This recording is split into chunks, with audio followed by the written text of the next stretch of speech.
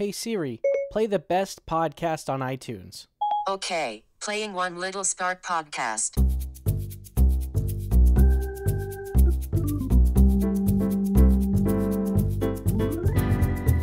Welcome to episode 66. This week on the show, pets now allowed in select resort rooms, additional minivan services off property, the loss of an instrumental figure in the acquisition of Walt Disney World back in the late 1960s, Splash Mountain's new sponsor, conservation changes coming to property, another Disney cash grab, 3 new Disney patents, and major changes coming to the tourism industry in Central Florida. We also play Armchair Imagineers and chat about what we would do as we reimagineer Walt Disney World's Liberty Square. Stay tuned.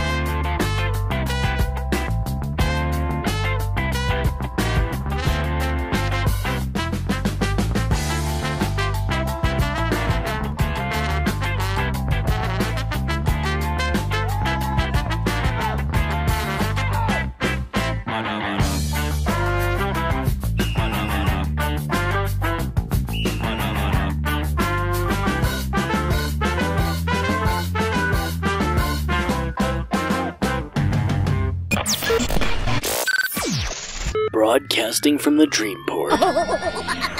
One Little Spark Podcast.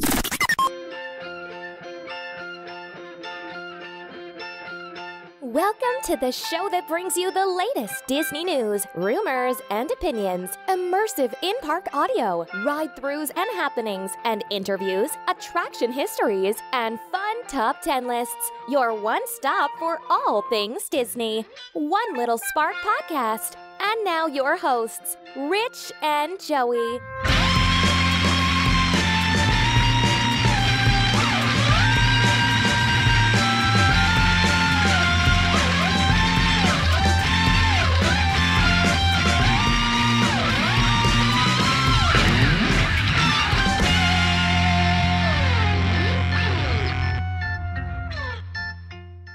Welcome to the show, everyone. Rich here, and I'm joined, as always, by my co-host, Joey McGurr. How's it going, man? It's going great, Rich. How are you?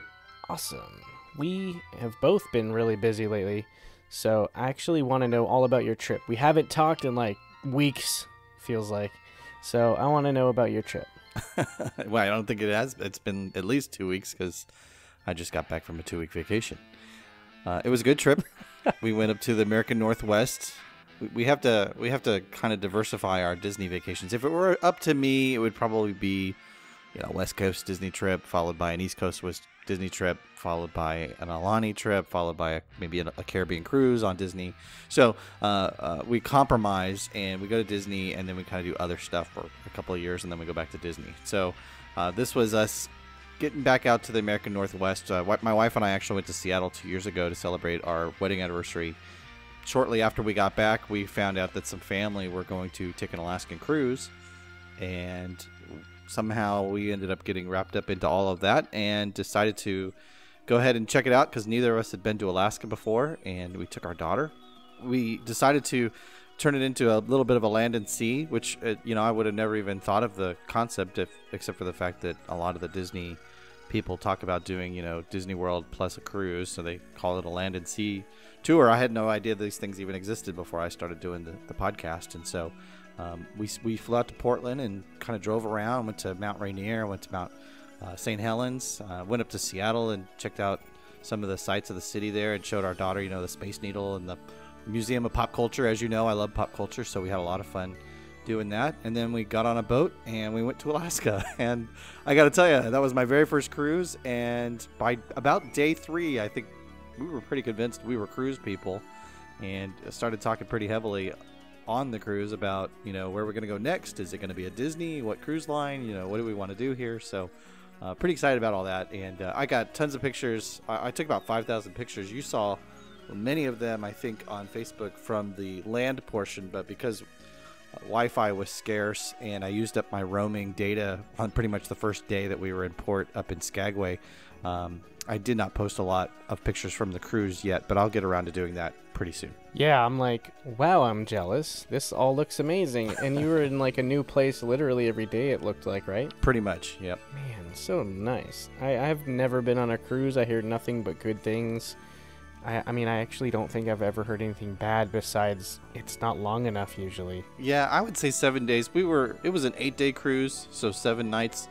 I would say that was about perfect. We were just starting to get on everybody else's nerves. There were 16 of us in our group. Oh, wow. And so we got along pretty great until I think pretty much the last day, and there was a little bit of wind and weather, and the boat started rocking, and people were ready to get off the boat and go our separate ways. But it was great. Yeah, I highly recommend it. You being right there in Florida, you don't really have to fly in for a Disney cruise, so I'm sure a lot of people are pretty jealous of that. So if you can, I would suggest saving up and doing it. I've talked to lots of people who cruise on different cruise lines, and they all say that Disney's they set the standard. They're the absolute best, and if you can afford it, you should definitely do it. If you like to eat, and if you're not worried about getting seasick, you're going to love cruising because you basically, I ate my fare in free buffets and fancy dinners the whole time we were there. I don't think we didn't pay for really any meals on the boat. We paid for a few meals at Onyx, when we went into town up in the Alaskan Panhandle, but not a lot. I think just a couple of coffees and maybe one meal at one of the stops. So, yeah, that's right. In Juneau, we actually paid for a meal, and that was just to try out the local fare. And otherwise, we were pretty much gorging ourselves silly every minute we were out to sea. Might as well. Yeah, I do take it for granted that I live literally, Joey, about 15 to 20 minutes away from the port here. Wow. Yeah, just rub it in even more. Well, which is great because I think if, folks need a place to stay before they set sail and they don't want to get a hotel, they could just call you, right? And you just let them crash on your couch. Yeah, I'll answer that call too. Speaking of the cruises, there's a story in the news later about a new convenience, and we'll get to that later on. So that's cool, though, about your trip. I know I'm jealous. I was just looking at it on my break at work on my 12-hour shift. Oh, cool, yeah. Huh. Nah, that's awesome, though. Yeah. So you had an exciting week. What happened with you? I did. Actually, the week after our show released, I took the train tour at the Magic Kingdom, which was it was cool. I really liked it. It was my third tour. I definitely plan to do more. These tours, if you guys haven't done any tours at all, go do them. They're well worth the money, especially if you have a guide that's into it. The first tour I took was Keys of the Kingdom, and then I took the Marcelina Magic Kingdom tour, and then this one, and I do plan to do some at Epcot. I didn't realize they're only done 3 days a week, which I work all 3. And so I'd have to either take a day off or just hopefully one day my schedule will change. But anyhow, so this one was available. We get there, and there was only us 2 in the guide. So it was a lot more, personal. They answered just our questions, obviously, but it was cool that she was fully focused on us. So have you looked into this one yet? I have. I remember when Holly and Peter took the train tour, and I like trains a lot. We actually, in Skagway, we took the train that takes you out to the White Pass where the Klondike, prospectors went, and it kind of runs along the edge of the valley. We've done the Silverton Durango train a couple years ago. I love the whole kinetic of having the trains in the parks at Disney. So, and when I worked for Disneyland, actually, I really loved. They have a, I don't remember what they call it, but the where they park the trains at night in the back is a really cool place. And I don't know if they do this at Disney World, so you can let us know when you tell us about your tour. But they would park the monorails directly above the trains. Yeah, and that was very cool to see. And I remember I loved going backstage and just seeing how that was all set up and how they really optimized the space that they had by putting the monorails directly above the trains.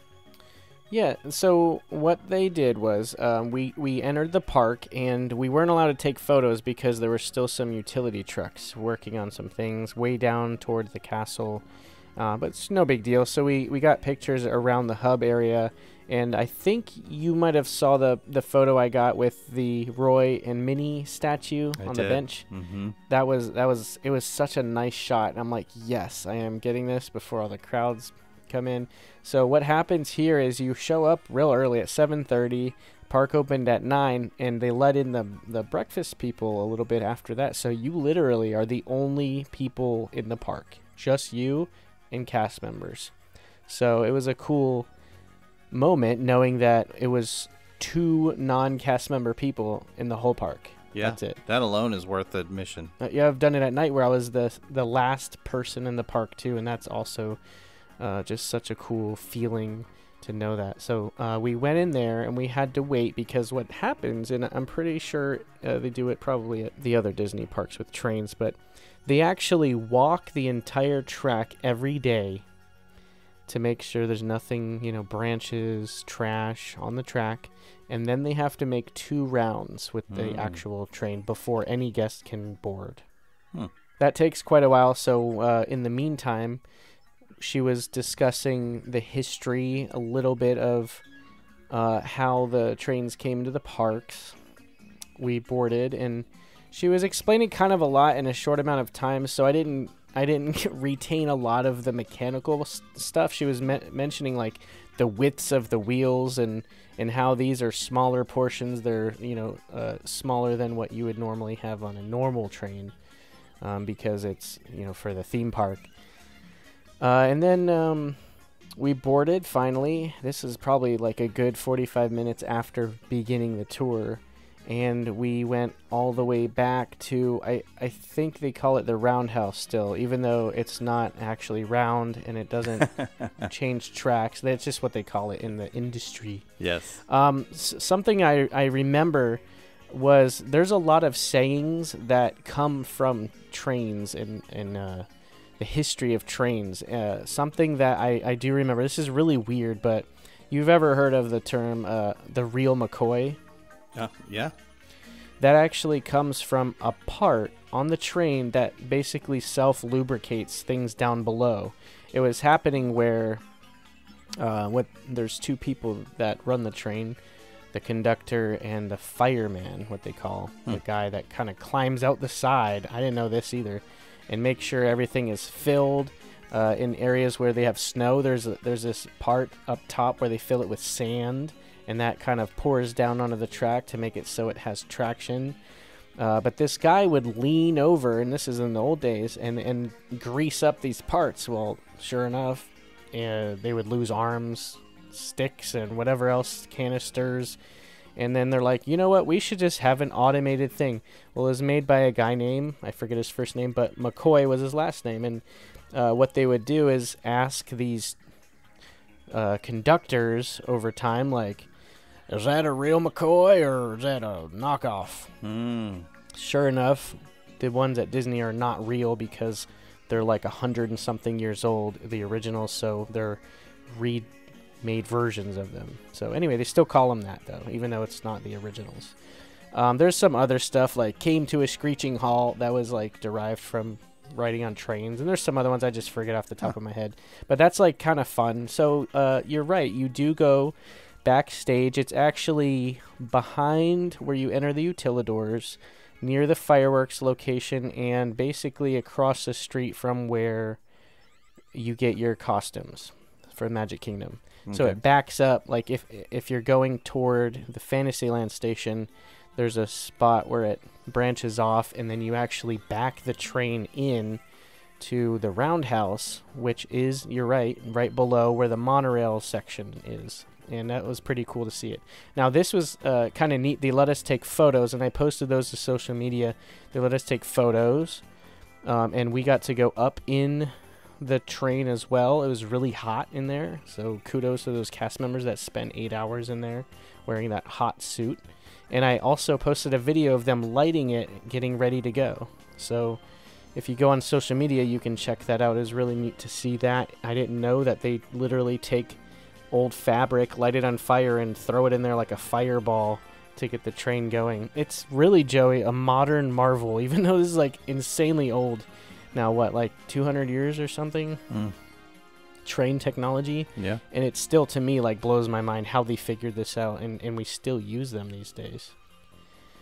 So, anyway, it was really neat. After that, we rode back to the station. We went over some history. They started talking about where Walt built the train in his yard, basically, and they showed a lot of pictures. They talked about the numbering and what had to go into bringing the trains to Walt Disney World. They went down to Mexico, and it was this weird embargo thing going on, and then they figured out the trains weren't originally from Mexico, so they were allowed to take them back into the United States. And it's really neat. So, and I've been a fan, like you were saying, of trains since I was a little kid. In Orlando, there used to be this entire elaborate setup in this place that you just pay to go in, and there's a massive, like, city recreation, and trains are all over the place. I don't know whatever happened to that. I was real young whenever I did that, but anyway, I thought it was real neat. It wasn't the most expensive, so if you're looking for a nice starter tour, that one's pretty fun to do. I highly recommend it. And that's one of the lesser expensive ones, too, if I remember correctly. Yeah, I think it was something around $50, which to me is worth it. A lot of the other ones are $70, $80, and upwards up to like $200, $300. Wow. This one was about 3 hours long, and so you're done around 10 a.m. or so. Oh, that's perfect. Well, if you're there with your family and you're visiting, I mean, this isn't my Disney hack of the week, but what a great way to get up early and go and enjoy the parks in a very unique way before you set out on the rest of the day to enjoy the rest of the parks. Yeah, and there's probably a lot that I missed just in the quick recollection, but I really do enjoy it. One thing, this is so like slight, but a thing that I noticed, and she actually answered it, was if you're going on the train and you're crossing under the People Mover track right next to Space Mountain, they have like it's like painted where it goes from white to blue to black, and that's literally because over time the steam was staining that wall, and they're like, that looks so ugly, what are we gonna do? And it took them like 30 years, and they finally were just like, why don't we just paint it black? Another neat thing before I forget was every time the train blows their horn, it actually has meanings for each like pattern that they do. There's ones that are saying like, I'm ready. There's ones that say, here comes the train. There's ones that signal the person in the back of what's going on. It's really neat and elaborate. And again, I highly recommend the tour. Outstanding. I definitely want to do that one someday. So I'm glad that you give it the thumbs up because I'm really looking forward to doing it. Definitely. How does it rate against Keys to the Kingdom? Well, it's a different beast because you go to these tours based off what they are. So I went on Keys to the Kingdom already knowing probably 85% of the history that they talked about. So I was like mouthing the answers as she's like, and who knows the reason why, blah, blah, blah. But I mainly wanted to go backstage and in the utilidors and in the parade area because that stuff is amazing to me. Seeing how things work, I love it. If you're going in it for history and you don't already know the stuff and you want to see how it works, then that would be amazing. The train tour is really neat for what it is. I like the Marceline the Magic Kingdom tour. It kind of gave the history on like where Walt was inspired originally when he was painting on the side of a barn, going all the way up to the small details in the Haunted Mansion and the Carousel of Progress. So for what they are, the ones I've been on, I love them, and I can't wait to do the ones at Epcot specifically. Yeah, you haven't done any of those at the Sea Pavilion or the one behind the seats? No. I'm done. I know. I haven't even done those either, and those are like $15 or something. Oh, wow. No, I always see it, and they even mention it at the end of the Living with the Land ride, and I'm just like, yeah, I'll do that one day. You need to put it on your bucket list. I know. So another exciting thing is that my daughter Amelia's back from her summer away. That's awesome. And speaking of that, we ended up going 2 days, Joey, in the summer to 2 parks. And, here's the rundown, though, actually. Here's a surprising bit. So our first day, Saturday, was at the Magic Kingdom. And here's what's surprising. We had fast passes for 8, 9, and 10 at Splash Mountain, Haunted Mansion, and Winnie the Pooh, I think it was. We go in the park. We are like, oh, Splash Mountain, we might as well take the train. So let's get on the train. We take the train over, and we get to Splash Mountain. There's a 5-minute wait, it says. There's no one there, though. That means just walk on.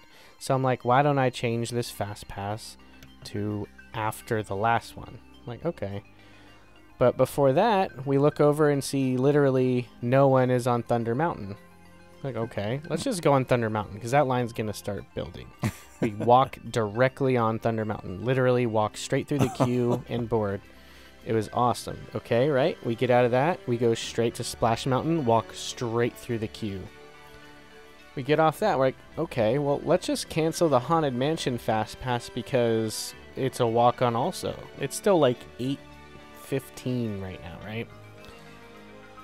So we walked straight on Haunted Mansion. We walked through the queue, got to the point the door was already open, and we already walked into the stretching room. So like, okay, we go on Haunted Mansion. Wow. Like, you know what? You haven't seen the new Pirates. Let's go on Pirates. We walk over to Pirates, walk straight on Pirates. So now we ended up moving our fast passes because I'm like, might as well just move them because, you're going to waste them if you just walk on these rides anyway. Go on Pirates. We're like, okay, where do you want to go now? We're kind of hungry. Let's go have a snack. We have a snack.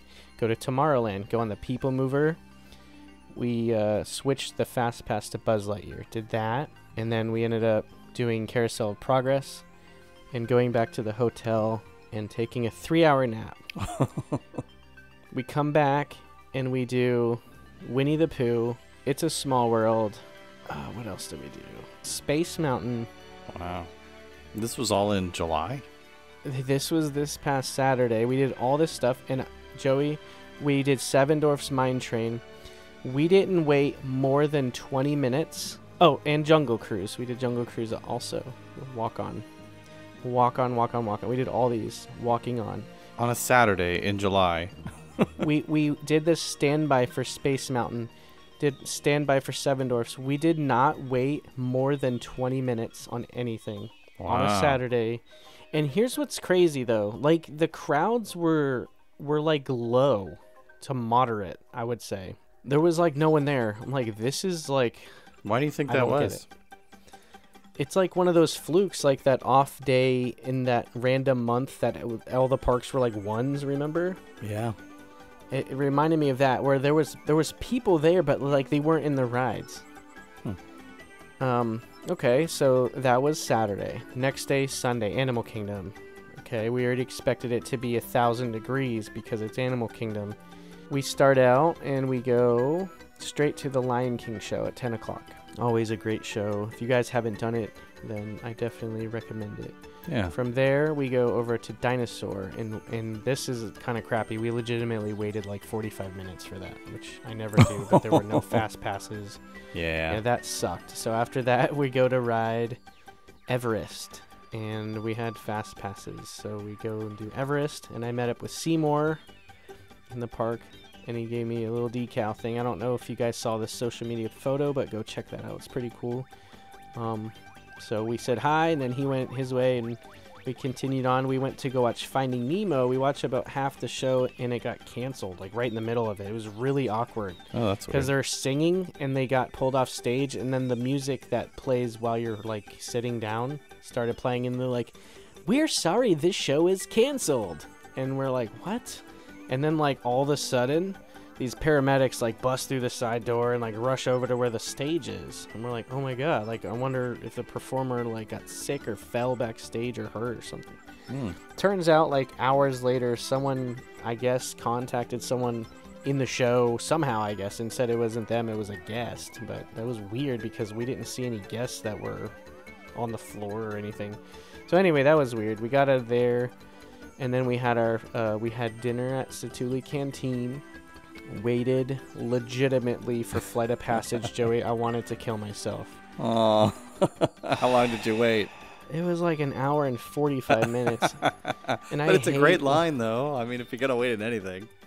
Oh, God. That's like the second time in 3 months that I've legitimately waited, and the first time was 3 hours. Were you pointing at your button and being like, hey, it's my birthday, I get special treatment? No, it was kind of funny, actually. Sitting there in front, like, right in front of us was some newlywed couple.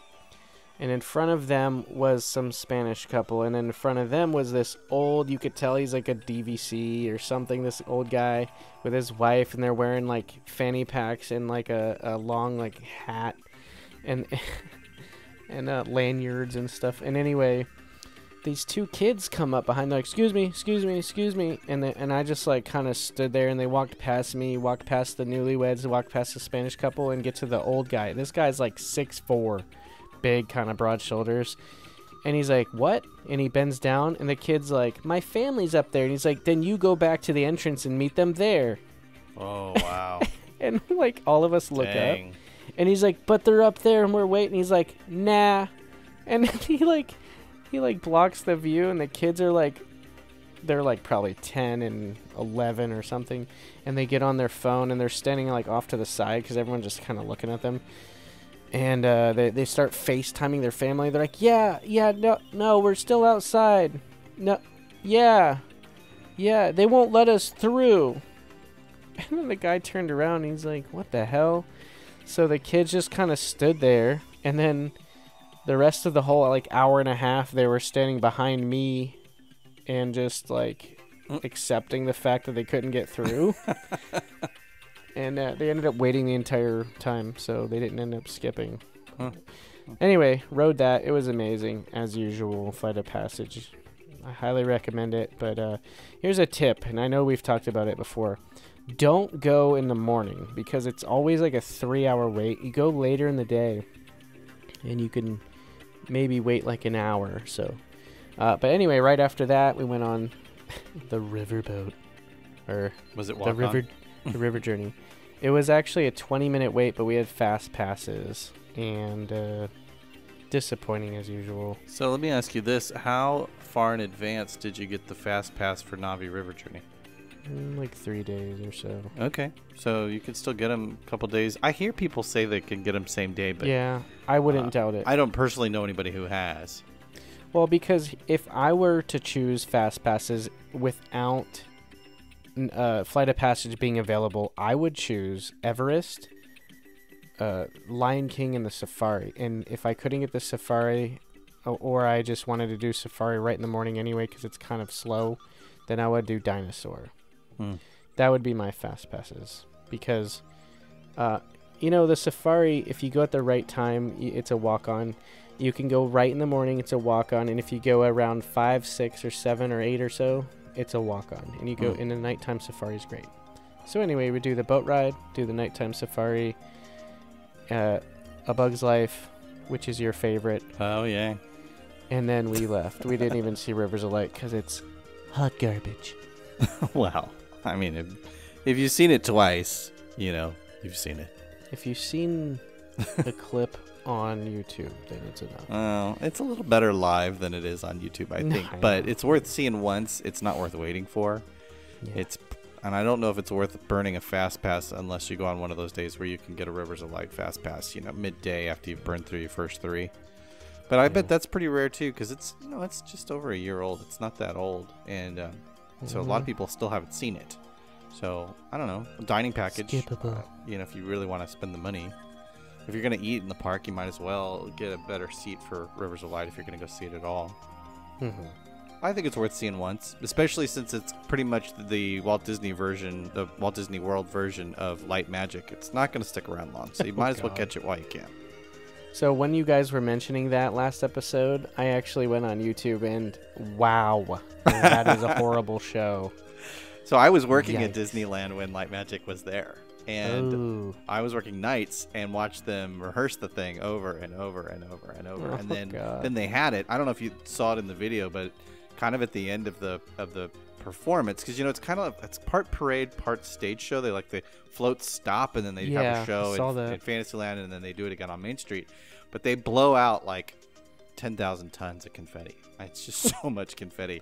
And my job was, it literally took 8 hours to go down one side. I didn't do all of Main Street. I did the shops on one side, and I had a vacuum cleaner on my back, and all I did was suck up confetti for 8 straight hours. You know what's crazy? That you say that you had a vacuum on your back. When I was a kid, I remember these parades doing something similar, and they had these giant lawnmower looking things they pushed around in minutes. That thing would be spotless. Yeah. Maybe it's just a Walt Disney World thing. Yeah, no, I didn't get a lawnmower. I got a backpack. It kind of looked like the backpack from Ghostbusters, and it had a great big long nozzle on it, and I just kind of go back and forth until I picked up every little scrap of paper. Now the guys out on the street had hoses, and I think one of the reasons that Light Magic didn't continue, because I kind of liked it, and I liked the music. I thought it was an entertaining show. I liked a lot of aspects of it, but I think there was some kind of environmental impact report that came out that was you guys are destroying our ecosystem with 10,000 tons of confetti on a nightly basis, so disasters, and twice a night. So it was really bad. People were shuffling through the confetti like it was snowdrift at the end of the day. So it was had to go. Horrible. Anyway, so back to Animal Kingdom. Now they just brown out California with Paint the Night. All the power. Well, that was pretty much it. Overall, though, a great weekend. A surprisingly great weekend at the parks, considering it was midsummer. Good times. So something cool that happened at work today was every time someone sends something, we have to ask if there's anything liquid or fragile or perishable or potentially hazardous that contains lithium batteries or perfume. Sounds like you've said that before, a time or two. And and sometimes I kind of just make small talk with these customers if they're nice, not if they're rude. I saw on there it said something along the lines of challenge coins. And I was like, oh, sweet. What kind of coins are these? Because I was in the Air Force and we did we had coins and we traded them and we got them given to us by commanders, or if you did something awesome, they'd give you a coin. Well, I didn't know that Disney has these challenge coins from different sections, mainly with the security cast members. Mm-hmm. And she's going through, and I'm like, man, I gotta research this. I've never even heard of these before. I've seen the coins, but they're mainly the quarters that have the countries painted on them or something. Mm-hmm.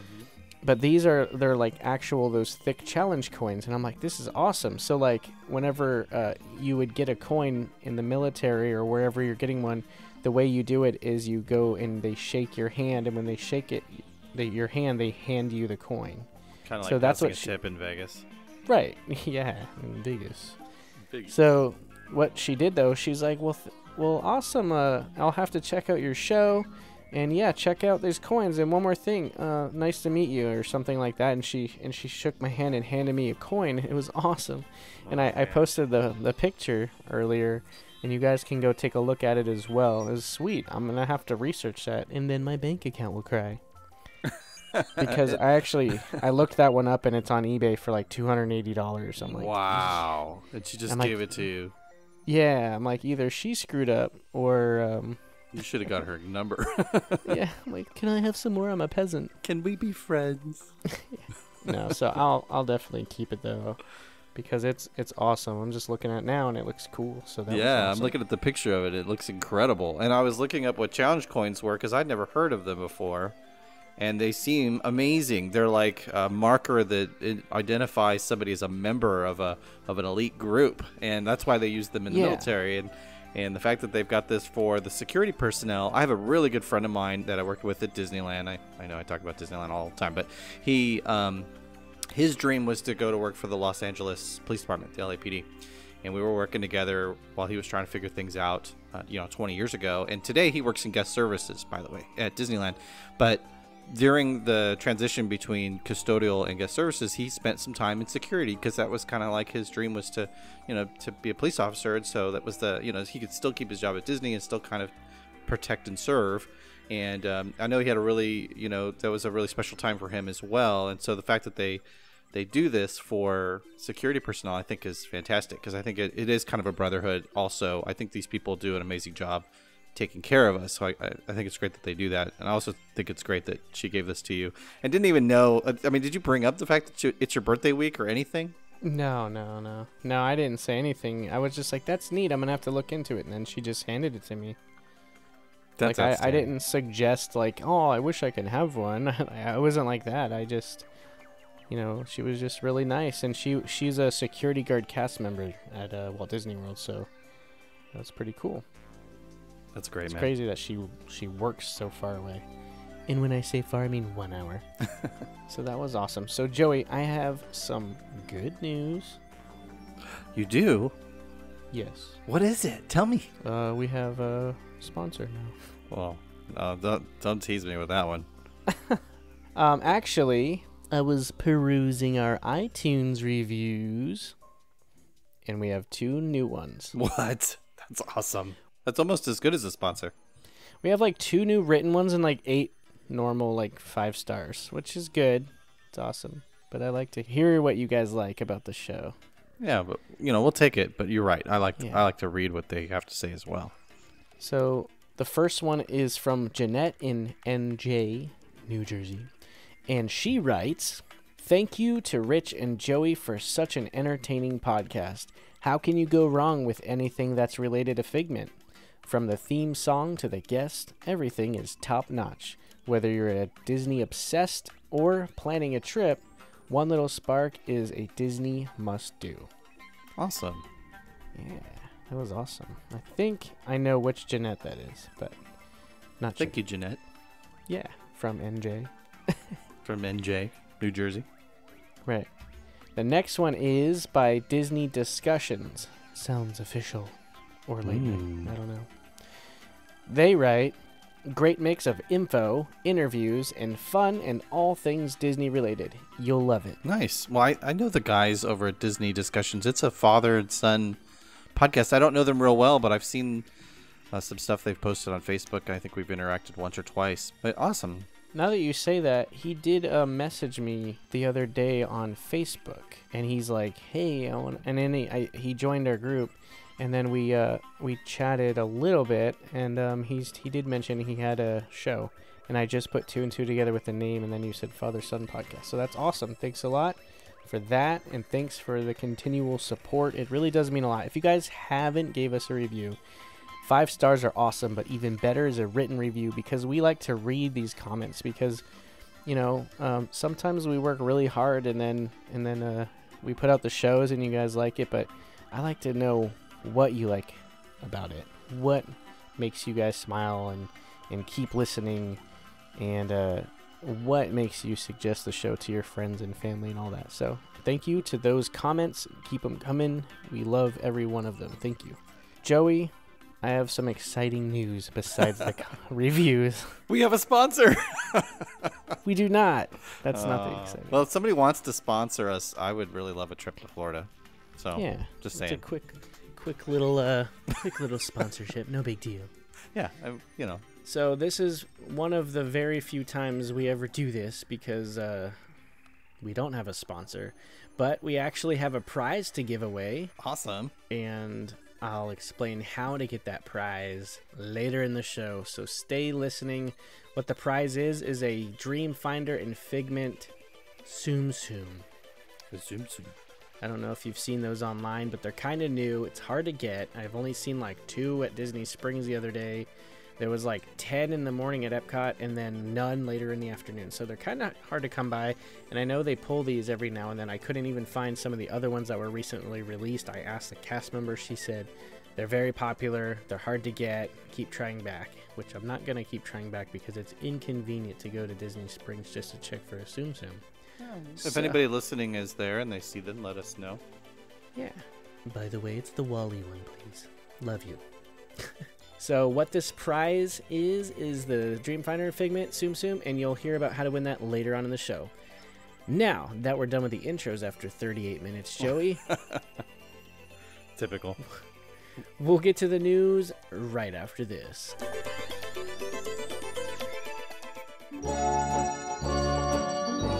Hello everyone, this is Kelly from Epic Disney Escape, and this episode I'm just going to be filling you in on how Christina did on her Parkeology Challenge run that she did July 20th, and then she also ran again on July 25th. So when I recorded the last episode, it was actually July 20th, and at that point she was running right when I was recording. For that run, she did amazing, and she actually ended up with 47 rides, which was her goal, since only 47 rides are open at this point. So yay for Christina, she did amazing. She ran with her partner, Kent, who we met by doing the challenge back in December of 2017. Kent is such a great guy, and I'm so glad that Christina found somebody who would be willing to do this crazy challenge with her, since it's always fun to have a friend along with you. If you want to know more about Kent, check out UCF Kent on Twitter. On July 25th, she ran again. You may think this is crazy to run 2 times in 1 week, but she was doing it for charity, so she decided to run a second time in 1 week. The run on the 25th was with a lot of people. Some of the people who we were running with, we had met previously. She said it was amazing to catch up with those people that we had met in December, but also meet all the new people who were running on the 25th. That day, she actually only got 45 rides, which is also very awesome. I mean, who usually rides 45 rides in 1 day? Not the normal person. There was some complications in the morning where Slinky Dog was down for over an hour, and then in the evening, the extra magic hours at Magic Kingdom were so busy for no apparent reason. None of the people running that day actually reached the goal of riding 47 rides in 1 day. Even though that goal wasn't met, a ton of money was raised for Give Kids the World. That's the charity that I talked about last time that houses critically ill children so that way they can go to Walt Disney World. So far, the people who have ran the Parkeology Challenge for Give Kids the World have raised over $20,000. That's amazing. It far exceeds my expectations of what was going to happen with this fundraising. If you want to take a closer look at Christina's run, check out epic_Disney on Twitter. Every single ride that she rode, both on the 20th and 25th, is posted on that Twitter account. If you want to know more about the fundraising efforts for Give Kids the World, check out the hashtag #GiveKidsTheRides. If you want to know more about the Parkeology Challenge, head to www.parkeology.com. And if you're looking for more epic experiences or epic magic, check out Epic Disney Escape on Facebook and Instagram. Thanks for listening. Oh, hello there. Do you want to connect with our show? Find us online at onelittlesparkpodcast.com. Hello. And on social media by searching for One Little Spark Podcast. In a world where a happy and memorable vacation is key, he has the answers. Get ready for tips and tricks for your Disney trips. Right now, it's Joey's Hack of the Week.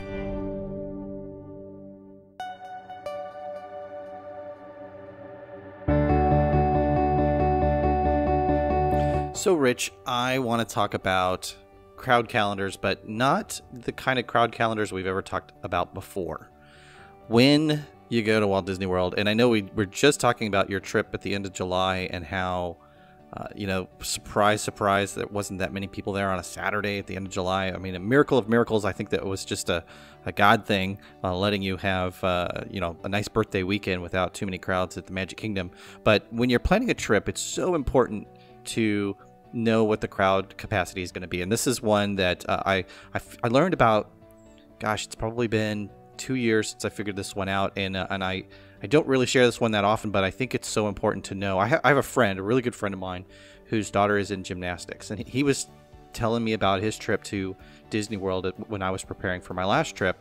And the reason they went was because his daughter was competing in the ESPN Wide World of Sports there at Walt Disney World for a cheer competition. I'm sure you've seen these kinds of events where there's, Little League or Pop Warner or cheerleaders, just literally covering the entire grounds of the park, thousands and thousands of them everywhere you go.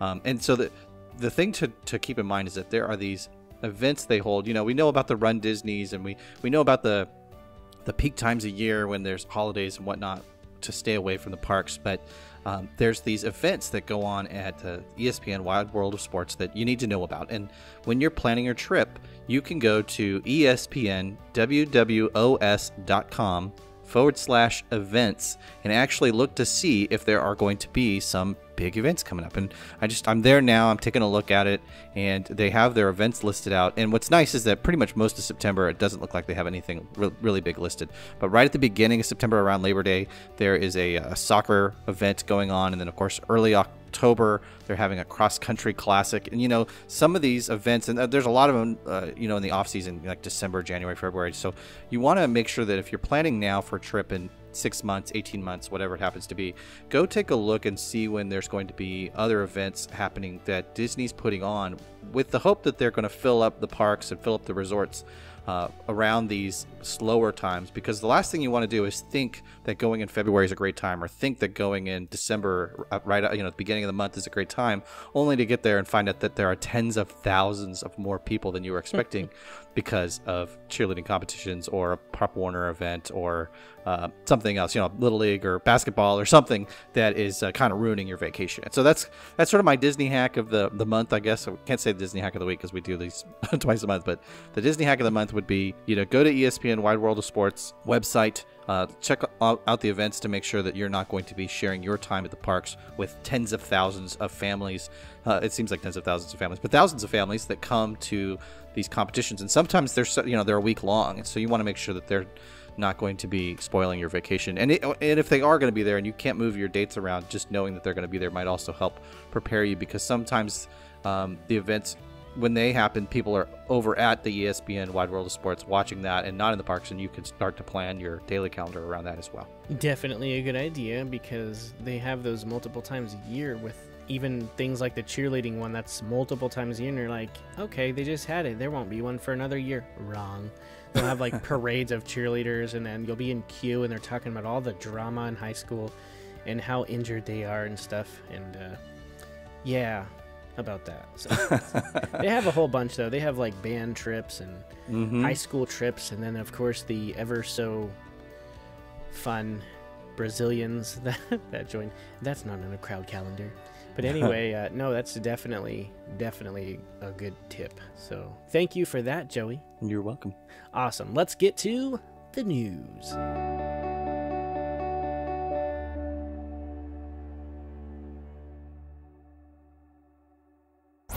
And now, the latest news. Extra!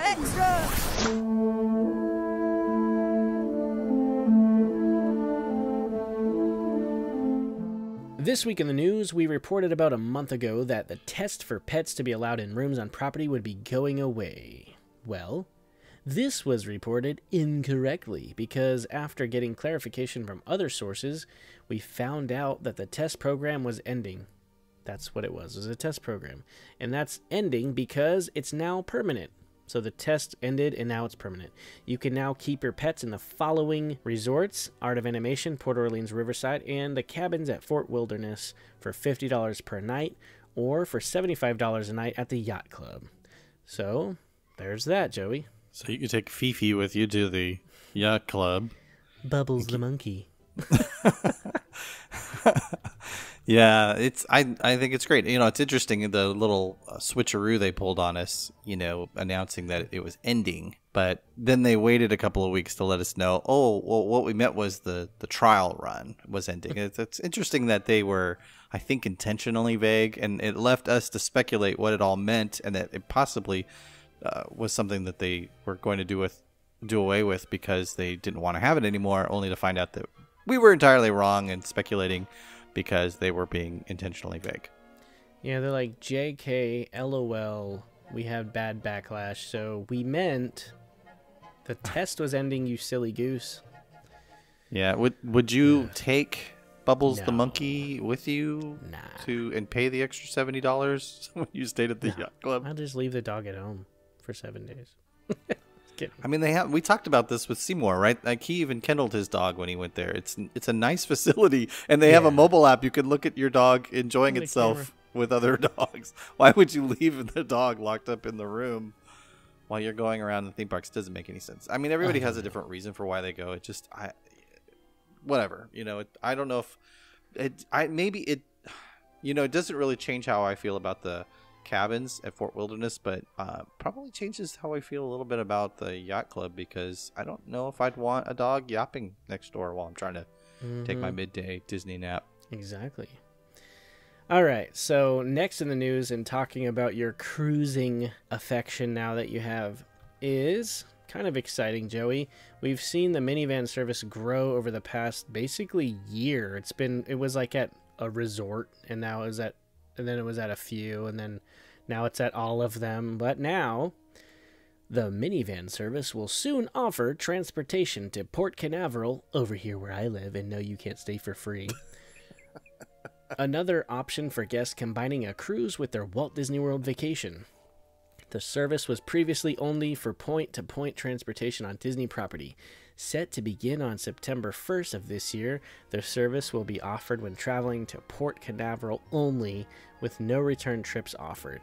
This is very similar to the airport transportation that the minivans currently provide. Disney doesn't have an announcement on the price as of yet. Yeah, the airport's not cheap, so I imagine going to Canaveral's going to be more. Quite They're like, expensive. well, it's double the distance, so it's double the price, $100. Right? Which, I don't know. An Uber is going to cost you more, so a rental car might be the cheapest way to go. But how much is it to the airport? Wasn't it like $50 or so? Yeah, it was like $50 to use the minivan to get to the airport. I can't imagine it'd be any less than $100 then. Yeah. Well, we'll see. All right. Interesting. Well, next in the news is some sad news, legitimately. Oh. Thomas DeWolf passed away at the age of 91 on June 27th. If you guys don't know who that is, DeWolf was hired by the Walt Disney Company in the 1960s to form 5 fake corporations to purchase the land that is now considered Walt Disney World property. I have read an entire book on the acquisition of the land. It's insane of what they had to do. Is this guy like a mob lawyer or something? He's like, hey, it's Thomas DeWolf. That's his fake name. No, that's his real name. So this tactic of buying land under fake corporations saved the Walt Disney World Company a massive amount of money. It was something like millions back then. Richard Fogelsong, that's like a cartoon sounding name, a Disney historian and retired Rollins College professor, said, if those landowners knew Disney was assembling land, the landowner might have tried to be a a holdout or sell their land for $100,000 an acre or something like that. Why are you doing your 50s radio voice, Because guy? he sounds like he's probably that old and sounds like that. He's a Rollins College is like 10 grand a semester. Well, yeah. It's in Winter Park, Florida. I could go on like 3 cruises for that money. DeWolf was also instrumental in the creation of the Reedy Creek Improvement District, as he drafted the initial legislation that helped establish it. And that was also I wish I had the book title that explained all of this stuff, but that was a hassle for Disney. They kept giving him the runaround of like, why do you want to make a municipality and all that crap? So the Reedy Creek Improvement District governs over the land that Walt Disney World Resort sits on. In his initial draft for the creation of Reedy Creek, he also created the 2 municipalities that comprise Walt Disney World property, Bay Lake and Lake Buena Vista, from 1974 until 2011. DeWolf served on Reedy Creek's Board of Supervisors. All but 2 years he served on the president of that board. So that's kind of sad, but you know, that guy was instrumental in helping Walt acquire the land. There was some like kind of silly names, similar to like how the names are on the tombstones at Haunted Mansion. And then there's some like really obscure ones. So they would come in these farms back in the day and like basically like knock on their door and be like, hey, we want to buy your land. We're doing a thing here. And they're like, what? Oh, okay, fine. And they'd sell the land for like pennies on the dollar. And then over time, people started getting wind. There was this investigator at the Orlando Sentinel trying to dig and dig and dig, and finally she figured out who it was. They're like, Walt Disney is making a theme park here, and everyone's like, what? And they jacked up the price to like hundreds of thousands of dollars. So like the last bit of land cost them a lot more than the original or the initial land that they started acquiring. So I want to see a movie about that investigative reporter. Yeah, like she has like a hat with like the green bill and like a cigar, even though women probably weren't like that, but still. She's a fast-talking career gal, eh? Yeah, like suspenders and a cigarette. She calls guys Muggsy. Yeah, we need the scoop. Yeah. Bring the scoop here. I like it. We can call it the Florida Project. Oh wait, they already have a movie called that. And it's nothing about that. Good times. All right. Joey, where's your laughing place? Well, I don't know. You just talked about a lawyer dying, so I'm... It's fine. So, mine is at Splash Mountain. It is? The laughing place is where I'm found. Decades after Splash Mountain opened, Disney has finally partnered with someone to sponsor the attraction to keep your stuff dry as you ride. You want to know how they're doing that? Ziploc bags? Well, dang it. You already read the story. Starting this month, Ziploc will become the official sponsor of Splash Mountain at the Magic Kingdom. And they've also recently begun sponsorship of KidCot over at Epcot. Really? As part of the sponsorship, guests will receive a resealable Ziploc bag. I hope so, because that's the point of it. That will keep your items dry on the attraction. Sorry, I don't mean to laugh, but I think this was a Disney hack that I talked about a long time ago. It's easy, barely an inconvenience. Nice. A limited supply of bags will be available daily on a first-come, first-served basis. The bags there's going to be a mad rush for those bags. And here's the kicker. The bags will be themed and feature the Splash Mountain logo. Oh, wow. Woohoo. The most racist Ziploc ever known. Oh. I put my laughing place in here. This is for my PB&J. You know, when we went to Alaska on our recent cruise, we packed everything in Ziploc bags because, you know, we're getting on a boat. And it's actually, you know, the trick where you put stuff in a bag and then you put the vacuum cleaner on it and, like, sucks all the air out and it, like, vacuum packs it? Well, we do that with the Ziploc bags when we pack. We take my daughter's clothes and we pack, like, her whole outfit for the day in a gallon-sized bag and zip it up. But that's because we've been doing this stuff for a long time. I used to, when I go kayaking, I put my cell phone in a Ziploc bag. Or at least I I used to before I got a waterproof one that floats now. But, back in the day, that was the hack. And so it's funny that Ziploc's like, hey, we can get in on this Splash Mountain action because, you will get wet. So Good what if times. people put things in Ziploc bags? Yeah. I wonder what. Well, you're going to have to go get one of those once they come out. I want to see what they look like. I wonder what their justification of the sponsorship with KidCot was, though. They're like, okay, Splash Mountain makes sense. Keep things dry. KidCot doesn't matter. Well, what's the bear's name over there? Duffy that they got rid of. Duffy. Yeah, you color your Duffy or your Perry the Platypus, little thing, and you can. Of course, they're a little big. They'd have to get a big Ziploc to put that in, but they might get wet on frozen or something. So you don't want True. Duffy to get spoiled before he gets back to the room. Except for Duffy was removed like 2 years ago. Oh, okay. Well, then never mind. No Duffy for you. And Joey, with the addition of the endless plastic bags you'll get at Splash Mountain, do you know what else Disney's planning to do by next year? Next year's 2019. Does this have anything to do with Ziploc sponsoring Star Wars? Zero to do with that. Okay. The Walt Disney Company announced their plan to eliminate single-use plastic straws and stirrers at all of their owned and operated locations around the world by mid-2019. Because they're going to put that plastic into the bags. I know. Did I steal your joke? They're like, Sorry. we want to help the environment by giving 42 tons of plastic bags over at Splash Mountain. It's fine. It's in a different park than animals.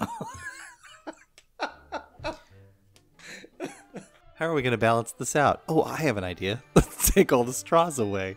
The Ziploc company's like, well, see, we'll only do this if you provide the plastic. They're like, done and done. We'll just give people other cups so they could just drink it and not give them a straw. They're not even going to use cups anymore. They're just going to put your drink in a Ziploc bag.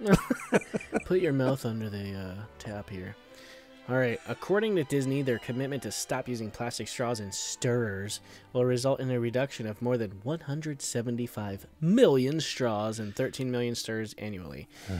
In the coming years, Disney will also reduce plastics in guest rooms by 80% by transitioning to refillable in-room amenities in hotels and on cruise ships. So there goes your Mickey shampoos. Bum, bum, bum. Yeah, I guess we kind of already saw that coming, didn't we?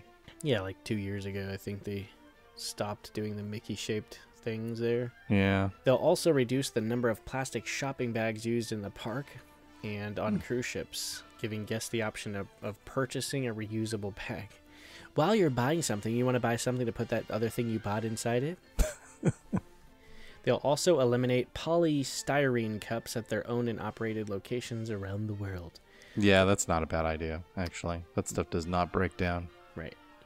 What else they'll do is continue recycling and responsibly disposing of single-use waste that can't be eliminated, like what you're saying.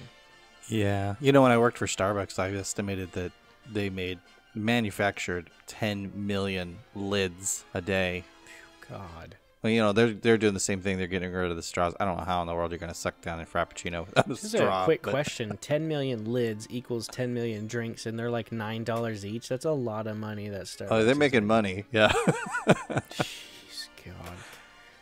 Maybe that's more money for their hurt feelings classes that they're taking. Yes. Well, sensitivity is an important subject in our modern day and age. Moving on, they'll continue recycling responsibly and disposing of the single-use things.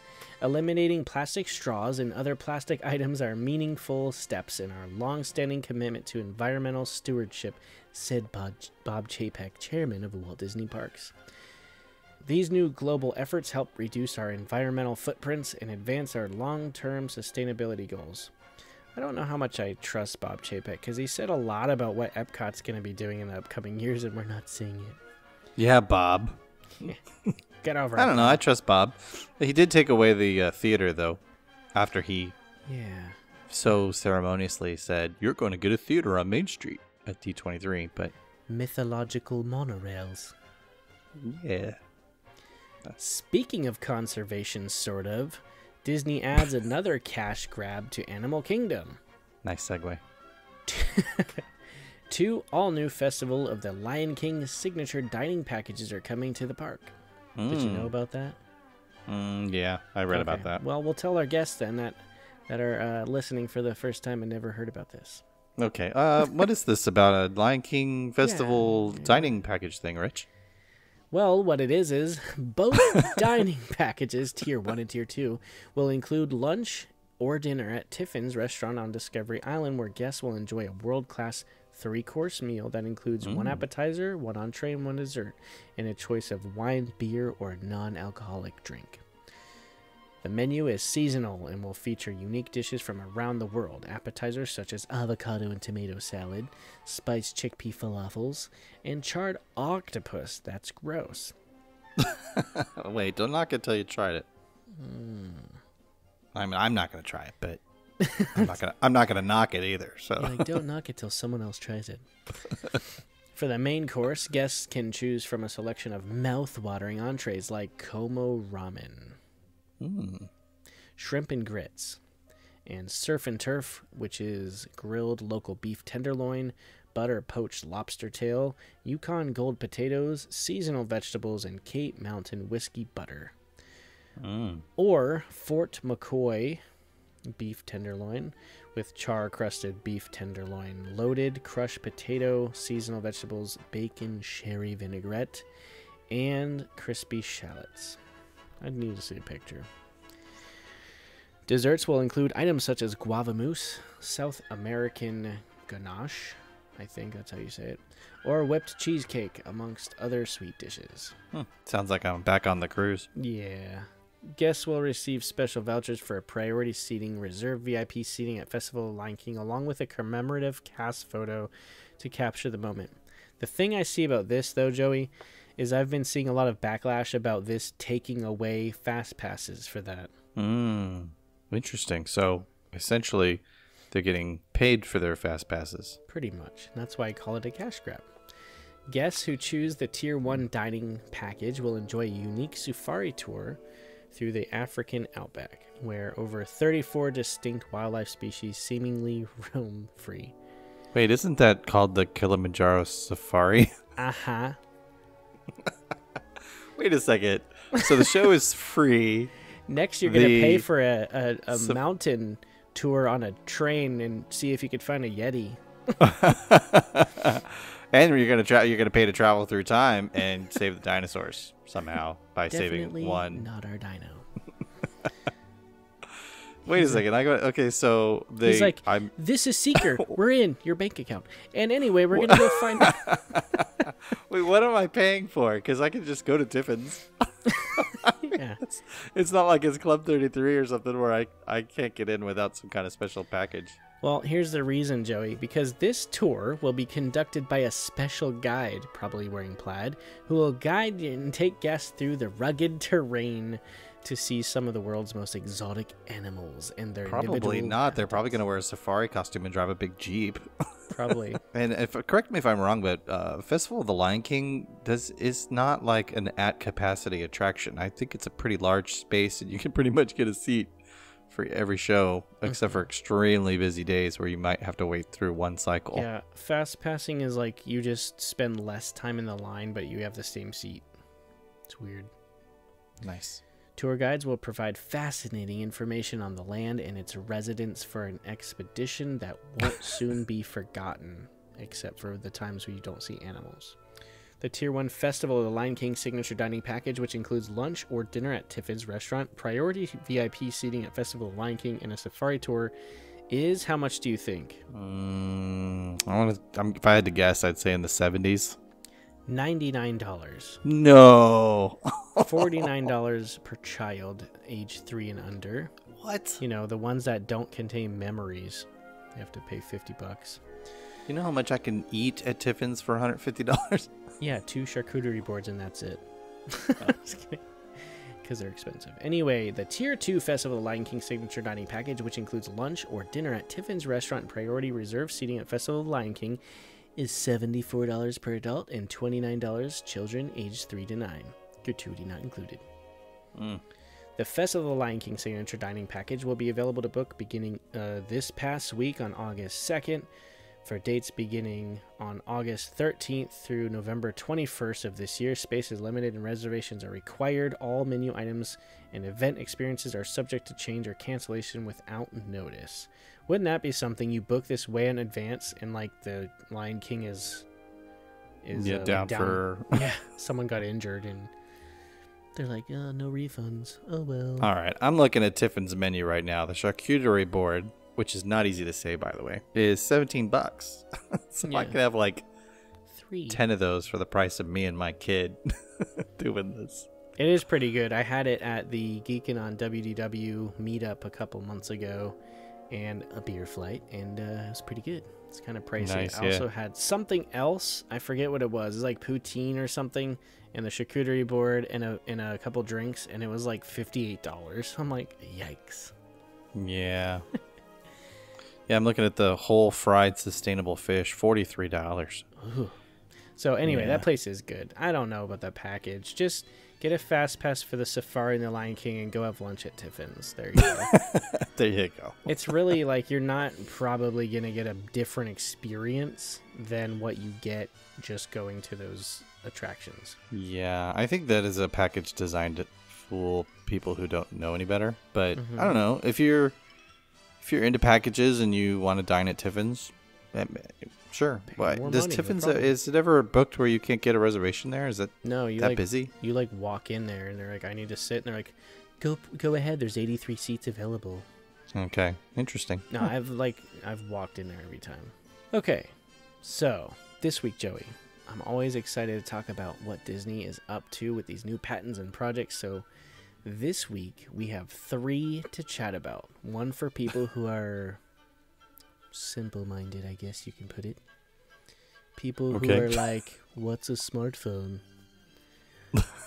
Are there people like that? Have you been to Disney? They're like, Never mind. welcome aboard the tram. You've boarded from the heroes lot. That's heroes, not villains. And then people forget. And then they're like, we also have the My Disney Experience app. And then they're like, I don't phone. Got it. Another patent that would be incredible if done right is something that I'll talk about in a second. You need a whole segment. Disney patents of the week or Yeah, something. I know. They come out like at least every episode. This So- week in Disney patents. The first one is a recent patent filing that shows that Disney might be designing an app to help guests take better photos in the parks. Don't they have one of those already called Instagram? It's called Camera. No. The application will combine GPS technology. Oh. You were being funny. You No. had me there for a second. No, really, it's GPS technology. Hepatic feedback, which is vibrations. Visual instructions that are like, take photo now. And other features to assist users in capturing the perfect photo or video. To start, the application will use the device's GPS technology to determine the location of the user. When the location and direction of the device's lens are determined, the app will advise the user in capturing the perfect image. Wow. Based on the time of day and location, the app will suggest the user take photos or take video. So probably to avoid the sunlight or whatever. For example, if the user is pointing the device at Cinderella Castle when there isn't a show scheduled, the app will suggest a photo. But if there is a show or fireworks, oh god, it's suggesting filming fireworks. Well, yeah. That's what people do. They film it and then they never watch it again. Exactly, and there's a 4K perfect video online that was made by Disney, so don't do that. Anyway, it'll tell you to suggest a video. Based on the user's location, the app will suggest different techniques for the user to properly capture the imagery. I could see people just like confusingly standing in the hub for like an extra hour, killing their battery, trying to figure this out. For example, though, the app will assist the user differently if the user is capturing a video of the daytime parade at the Magic Kingdom versus a nighttime fireworks show at Hollywood Studios. The haptic audio and visual feedback presented by the app will allow users to capture imagery without needing to look at their device while the event is going on. They're like, pan left. But it's like, So the user will be directed to point the device in the general direction of the event, and the feedback will tell the user how to move the device to capture the event properly without looking at the screen. Essentially, Disney wants to help guests experience the event with their own eyes while also letting them capture the memory. Why don't they sell, like, proper professional DVDs then? And then have you just buy them? Like, They don't? Disney recorded parades, and you just buy them. I thought they did. I thought you could buy that in the gift shop. Mm-mm. The only things you can really buy like that are like the soundtracks. The machine learning and the app technology will also assist users in capturing the event better than they would themselves. Your phone's smarter than you. Good times. Like I don't phone. I don't, what? The thing I don't do phone. Like, I never felt it was difficult to take a photo of something like that. Yeah. I'm so enraged by this story that I can't even give commentary to it. My phone's going to buzz and let me know it's okay to take a picture because I can't actually look at the screen. It's welcome to the Disney photo app. We know. Yeah. We notice you're not very smart. Well, my phone tells me that all the time. I know. It's like, did you mean... Siri corrects you. The second new patent is that... Oh, God, Joey. Okay. The second new patent is that various sites have shared details regarding a recent patent filed by the Walt Disney Company to work on technology that could offer a reprieve of the sun's glaring rays by the push of a button. It's filed under the title Deployable Shading Structure. The patent covers the use of canopies that can be used to provide additional shade or retracted when not needed. Now, we talked about this a couple months ago, but I think this is more in depth now. According to the patent, the inventors determined that it would be desirable for a new weather protection device to provide shade when shading is needed or desired for the device to be hidden or blend in with the surrounding architectural features when no shading or weather protection is needed or desired. But don't worry about it obstructing your gorgeous Disney views, as the patent went on to suggest that these new weather protection devices would be designed to enhance a show and or a theme-based appearance or characteristics. Now, they did have the schematics, and it showed basically an example of it would turn into something that looks kind of like a tree. So it'd block your main sunlight, but it'd still be somewhat appealing, you know, to the scenery. I mean, I kind of like that. There was a lot of complaints on Toy Story Land, and it is hot. It's like deathly hot in that whole land. Even all the queues are outside, and you're just like, ugh, gross. There's like 4 umbrellas in the whole land. Yikes. So it's pretty rough. So I kind of hope they do this at least. Yeah. The last one of the patents is one that Disney's working on. And this is kind of advanced, so just like the other stuff, like the vest, I don't know if this one would come to life. But this would allow guests to enjoy full freedom of movement in an open virtual reality environment without accidentally walking into walls or other people. A patent application filed by Disney Enterprises, Inc. describes some unique technology systems that would make it possible for multiple users on the same platform to walk freely without ever leaving the same space. The way that the schematic shows is basically one person walking one direction and another person a few feet away walking another direction, but they're not actually moving. The floor is moving.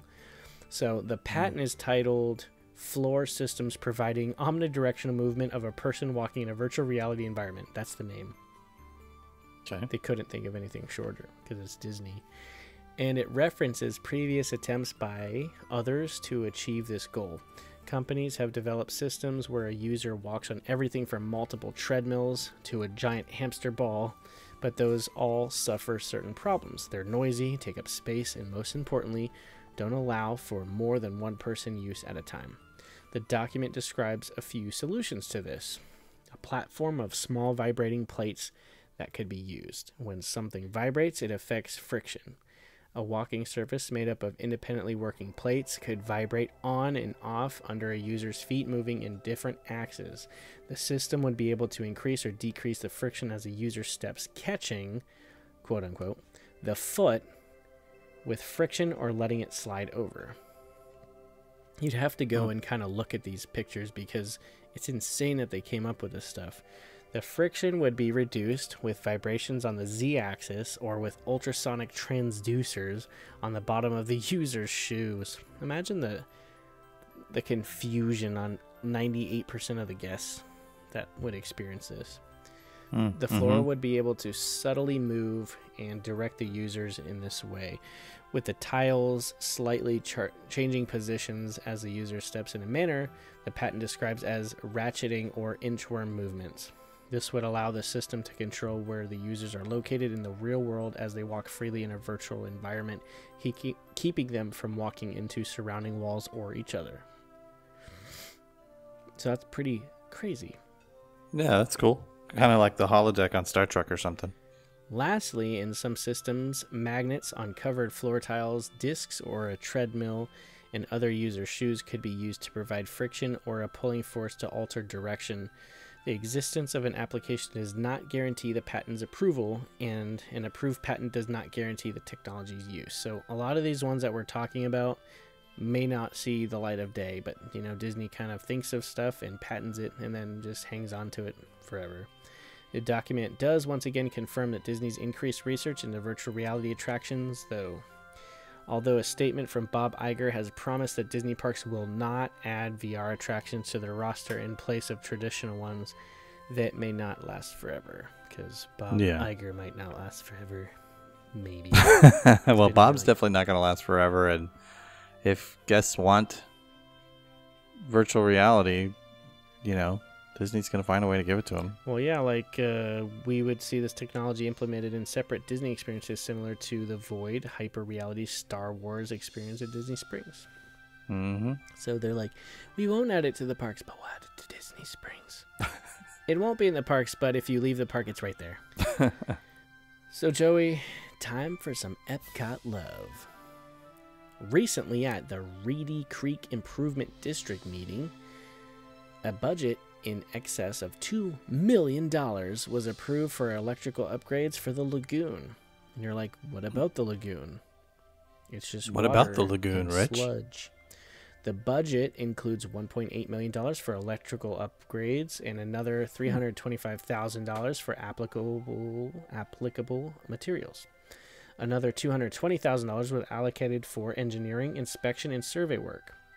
The project includes a new pipe being drilled to the islands in the lagoon from the American Adventure Pavilion, and a few days after the meeting, a permit filed with the Orange County Comptroller seemed to indicate that work is underway on the new nighttime spectacular for Epcot. The permit describes the work as installation of 4 new mooring dolphins, permanent anchors, and platforms or bollards. So basically, stuff for the water. And drones. Sponsored by the NRA. Who's their new sponsor? We talked about that last week. Intel. It's inside your drone. Yeah. That will kill you. Cyberdyne. Intel. Okay, Joey. Parent company. For our final story in the news, this one isn't specifically about Disney, but it's very much has to do with Disney and the tourism industry in Central Florida. And Joey, I know that this is means for a topic on a whole other show, but I wanted to touch on some recent news over at Universal Orlando. I don't know if you've seen this in the news, but during a question and answer session last week, Comcast executives confirmed that the company is considering a 4th theme park for Universal Orlando Resort, and it could be called Fantastic Worlds. According to the Orlando Sentinel, the patent application for Fantastic Worlds was filed last month, and it said that the name would be used for, quote, entertainment services in the nature of amusement park and theme park services. During the Q&A session, an analyst from Bank of America asked if the patent indicated plans for a 4th theme park, and they just responded with, "We're looking at it." A Comcast executive responded, "We love the theme park business. It's one of our best, most consistent business. By adding a new park, Comcast hopes to turn Universal Orlando Resort into a week-long vacation destination. There's no word on desired attractions for the new park, but they could include Nintendo-related rides And back in 2016, NBC Universal said that Nintendo lands were planned for Orlando, Hollywood, and Japan in the future, and Super Nintendo World is slated to open at Universal Studios Japan by 2020. With that being said, we need to have a show and talk about all these possibilities with the newly acquired Fox intellectual properties, as well as if Universal is stepping up their game and trying to compete with the week-long stays, what Disney might do to compete and stay on top. But I personally love competition, and it keeps the parks actually trying, because in the 2000s we had like this lull where nothing happened basically, and then all of a sudden now they're doing some stuff because Harry Potter took off, and they're like, well crap, now we have to put work in. And everywhere you look on property there's cranes. If you go and just look around by Epcot, there's cranes in all directions.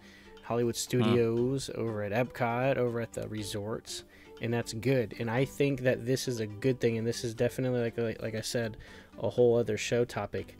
But this is definitely a conversation, because we could talk about all the possibilities with, okay, Universal now has a week-long experience for you. They have 4 theme parks, including their water park.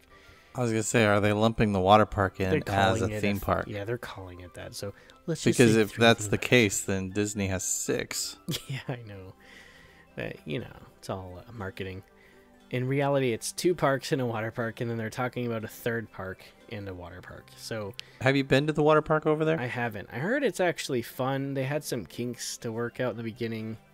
I don't go to the water parks that often, but good times.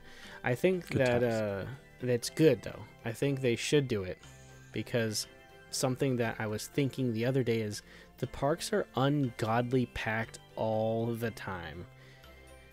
Saturday was a fluke when I went to Magic Kingdom, but it's just so busy. And the thing I don't really want to see them do is raise the prices for the sake of lowering the crowds.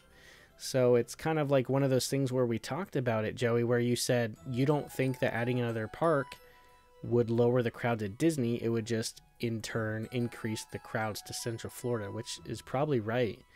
I don't know what would happen if Disney opened a 5th gate and Universal opened a 4th gate. What would that do? That's a whole conversation that we need to have at some point. Yeah. Well, you talk about the cranes, and just think about the cranes you've seen in the last 20 years around the area, around Orlando. Just the hotels, constantly. Just the, you've got SeaWorld, you've got Legoland, you've got all these other things as well that continue to add to the overall area, and it just means more people are going to come because there's going to be more to do, and at some point we're going to reach capacity. At some point people are going to run out of money, and the economy's going to turn south, and things are going to go sour, and things are going to have to close. But it's nice that we've got this little bit of a boom time and resurgence, and we might as well enjoy it while we can, and let them build what they can, and let's see what survives the economic hard times and comes out shining on the other end, because that's just the natural progression of things. I'm excited to see where these parks are in the next 10 years. I mean, they're just building so much, and who knows what they'll announce at this coming D23 next year. Things like that. So that's a lot of stuff to think about. So I just wanted to put that out there, that this is on the horizon possibly, and that's good news for Disney, because they'll go, oh crap, now we actually have to do something to counterbalance that. It's good though. It's healthy competition. So Joey, that's it for the news.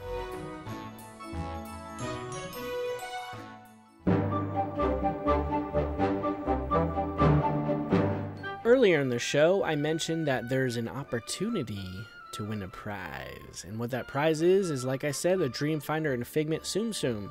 You want to know how to win it? Alright, you just have to answer this question, but you can only answer by emailing me. Email me the answer to onelittlesparkpodcast@gmail.com. The question is, how many total attractions and shows on Walt Disney World property contain fireworks? If you have that answer, email me the answer. Do not post it on social media. You have to email me to onelittlesparkpodcast@gmail.com. This week on the show, we are revisiting our creative side. We are Imagineers this week, Joey. I'll give you $500 million to add, change, or get rid of whatever you'd like, but you can only make changes to Liberty Square at Walt Disney World. Oh, man. This land begins at the bridge crossing, and that's called the Little Mississippi, that connects Frontierland and extends up north to the Columbia Harbor House, where it meets Fantasyland, and also towards the east, towards the hub, ending at the bridge just past the Christmas shop and the Sleepy Hollow. And the land includes the Haunted Mansion, the Riverboat, and the Hall of Presidents as far as attractions go. And for food, there's the Diamond Horse Show, the Liberty Tree Tavern, the Columbia Harbor House, and the Sleepy Hollow. And if you want to be picky, the Liberty Square Market with snacks and small meals and stuff, overpriced hot dogs. So again, with the premise that we have used back on episode 46 with Frontierland and even further back on episode 31 in Adventureland, it's been a while and we're finally here and have the chance to play Armchair Imagineers and Reimagineer Liberty Square. Yeah, and I think we should also invite our listeners, if they have ideas that we don't mention, hit us up on Facebook and let us know what you would do to reimagine Liberty Square, because I think we both have pretty strong opinions about what we do to Liberty Square, and I know we're going to get into that in just a minute. But it's an interesting space, especially with everything changing. With Ellen going out and Guardians of the Galaxy coming in, and I'm curious to see what is going to be of the future of Liberty Square and just how long it's going to stay at the current stage that it's in. Mm-hmm. Yeah, there's a lot on the horizon at the Magic Kingdom with the 50th coming up, and who knows what they have. So, Joey, we've had a couple days to talk about this. So what are some ideas that you would do to improve the land? Well, I have about 10 or so ideas that I threw down, and we probably have some overlap. So anything that I throw out that you also have, let's have a conversation around that.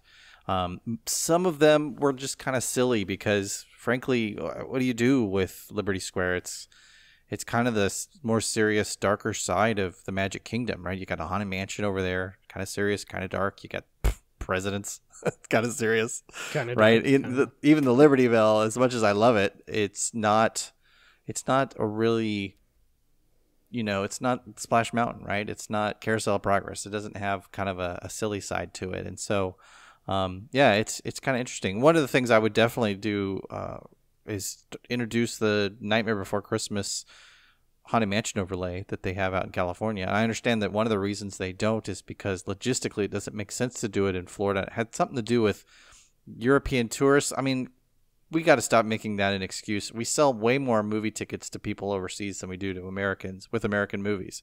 So it's not like anybody's going to show up from England and be like, what's this Nightmare Before Christmas? I don't understand the story. Yeah, get your phone out, go to iTunes, download the movie, watch it. It's entertaining, and you're going to get it in like 90 minutes. But watch it on the plane ride over, right? But anyway, that's one of the things I would do. I'm pretty sure they know. It's more like the Asians, but they have their own Shanghai stuff now. So it's time to add The Nightmare Before Christmas. All right, go ahead, Joey. I have in my notes totally redo Hall of Presidents. I don't exactly know what that would look like, but certain people would be like, got it. Make Presidents cool again, I guess. I mean, make the attraction worthy of, you were telling me before we recorded that one of the reasons that people kind of, dig it is because they make an announcement at the beginning that this is what Walt wanted. Walt wanted a Hall of Presidents type animatronic show. Of course, Walt died in 1966. And at the time, the height of technology in this kind of stuff and the edutainment factor, which I'll get into more down the road, was kind of a bigger deal in 1960s America when it came to my themed entertainment.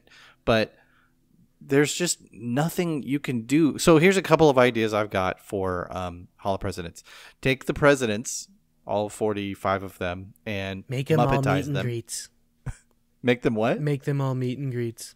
at the same time. Well, I have that as on my list as well. Presidential face characters. Oh God, that would right. go So you have wrong. Thomas Jefferson, but instead of an animatronic, it's an actor. It's Thomas Jefferson or Benjamin Franklin. Or wait, he wasn't a president.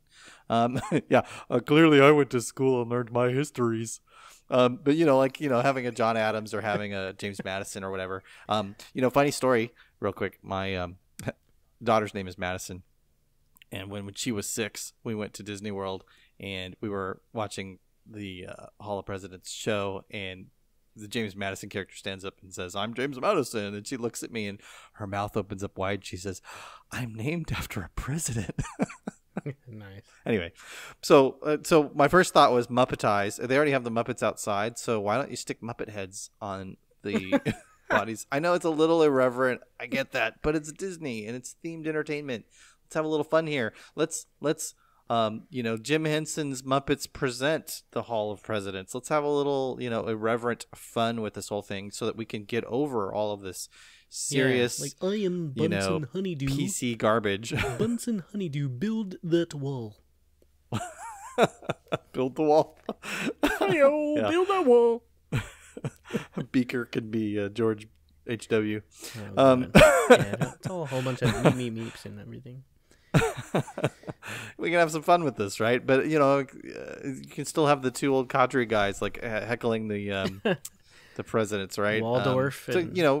Yeah. Ralph could be, we could do a presidential song and Ralph could play the piano. And he could be George Washington and actually sit down at a piano and play.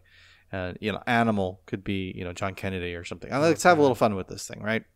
So that's one idea. The other one was have the Muppets overlay Haunted Mansion. Or have them strewn throughout it. You can have a whole Muppets present Liberty Square. I mean, they've already got them there, right, with the American history stuff. So why not add them to everything else you could possibly have there? All right, that's it for my Hall of President ideas. I think that they could do a lot more interesting things with that than what they've been doing. But that's enough for that. As far as the Liberty Bell is concerned, there's a lot that could be done there. Now, we did a rumor show last week, and we talked about, you had said that potentially Tom Sawyer's Island could go away. And if it does, they could actually, I don't know that they would ever, fill in the rivers of America. But if they did, they would make a lot more room for things to do there, at Liberty Square. I don't think that's ever going to happen, but just a thought. But one of the things they could definitely add is a sailing ship like they have in California. They have the Columbia Rediviva, which is a phenomenal vessel. It's actually a remodel of the first American 3-masted ship to sail around the world. I actually worked on the Columbia when I worked at Disneyland and learned its history, and I was very fascinated by it. It's an incredible attraction. If you ever get to go out there and it's running, do it. They only run it on the highest capacity days, but they can have something like that at Walt Disney World and incorporate some aspect of a more colonial stuff, like let's have a 3-masted schooner and have people go and ride it, and that would be fun and something that you could do that's different than the Liberty Bell. I know that they have like an ice cream social or something with Tiana. They got rid of it. What's that? They got rid of that? Yeah. Oh, okay. Yeah, I listened through the news, but I don't remember them saying that. Hearing you say that, but that they probably got rid of it because they didn't promote it very well. Or maybe I took that be... story out, but they got rid of it, and I think it went down with the maintenance for the ship, and it's just not coming back. Got it. That's too bad. Yeah, because but there's other things they could do, right? They could do. I mean, it's really more. I mean, I like how at Disneyland you've got New Orleans Square, and I'm kind of getting ahead of myself, but there's nothing wrong with turning Liberty Square into a New Orleans Square concept. I know that a lot of people that live in Louisiana actually go to Disney World as opposed to going out to California, so it makes more sense. But they didn't want Pirates of the Caribbean initially because they thought it was too close to the Caribbean, and here we go. We have it because of popular demand. But I think that New Orleans Square is far more interesting than Liberty Square, and there wouldn't be any reason in the future for them not to swap those out or not swap in the sense that they send Liberty Square to Disneyland, but to reskin the Liberty Square as New Orleans Square because the Haunted Mansion fits, as does the Riverboat. The only confusing thing would be the Hall of Presidents, but quite frankly, I don't know if that's got much of a lifespan left either. As far as entertainment goes, I would add a Voices of Liberty or a type of Voices of Liberty type show because I really enjoy that over at the American Pavilion, but it would be nice to have something like that at Magic Kingdom as well. Haunted Mansion and Sleepy Hollow characters year-round meet and greet instead of just at Halloween, but I guess that kind of makes it fun at Halloween to have things like the Hitchhiking Ghosts or the Headless Horseman or whatever happens to be there for meet and greets at Halloween time. But I think that'd be kind of cool, and it would certainly people would line up for something like that year round. I think Streetmosphere would be a cool idea. It'd be neat to. Do they even have that? I've never heard of Streetmosphere at Liberty Square, but it'd be kind of neat to have people, a beggar woman or a merchant or a newspaper boy or something kind of wandering around and kind of giving you the 1770s feel of the whole area. Definitely the Haunted Mansion restaurant that was rumored that we talked about last year. And quite frankly, I was looking at the map and thinking, where could they possibly squeeze something like this in? And there's a lot of room back there behind the Haunted Mansion where you could traverse back behind it through either a tunnel or some other, one of the other ideas I had as well as a restaurant was a Haunted Mansion themed resort that would kind of look like a colonial home or a colonial bed and breakfast. And the way that you got there was to actually take a carriage around the rivers, around the west side of the Haunted Mansion, around to the back. And the space they would use for the resort would be, it's a small world. Because, let's be honest, nobody wants that anymore. I love the history of it, but Disneyland's got it. They all do, I think, except for it's better. They all have. I think It's a Small World, except for Shanghai, if I remember right. I'm pretty sure they all have them. All the Disneyland type parks. We've got enough. It's a Small World to terrorize the rest of the world and other places. We can convert that into a Haunted Mansion themed resort and give people access directly into New Orleans Square, into Liberty Square or into Fantasyland from there, and it'd be pretty awesome. What do you think of that? The resort thing would be cool. I don't know about right there, but maybe in between the Grand Floridian and the Magic Kingdom where that sidewalk is pointlessly not there, it just ends. And there's a land over there. I don't know if they can use it because of the marshiness of the land, But over there they do have the shades of green and a golf course, so they could probably build there, I'm assuming, and that would be a good monorail loop one if they did it right. I mean, you can add to the feel of it, have it sort of like a haunted hotel, kind of like Tower Terror. Yeah, that'd be awesome. I know lots of people would want to stay in a place like that. I would. So what else you got? Well, that's it. That's my list. Oh, okay. I was like, well, that's it. All right, cool. All right, so let's see. What would I do? I wouldn't change anything. Show's over. You love it just as it is. Fine, just the way it is. So what I would do, and I guess if you're going from all the way south, which is by Frontierland, going north toward Fantasyland, what I would do is say that I probably wouldn't change most of the theming because for what it is, I really like it. I like the ambiance and the theming and the music, so I wouldn't change that. So keep that. What I would start with at the Diamond Horseshoe would be to actually give it a refresh with the stage show, because I think right now they just kind of have a piano playing over and over by itself, and keep a permanent show. And also have this location open all the time, because I think it's only open during really busy seasons.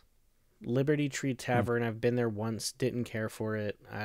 Probably wouldn't go there again unless there was literally one table service and I really wanted a table service. But I'd probably keep it because a lot of people like it. It does fit well with the theme, but I'd probably keep it.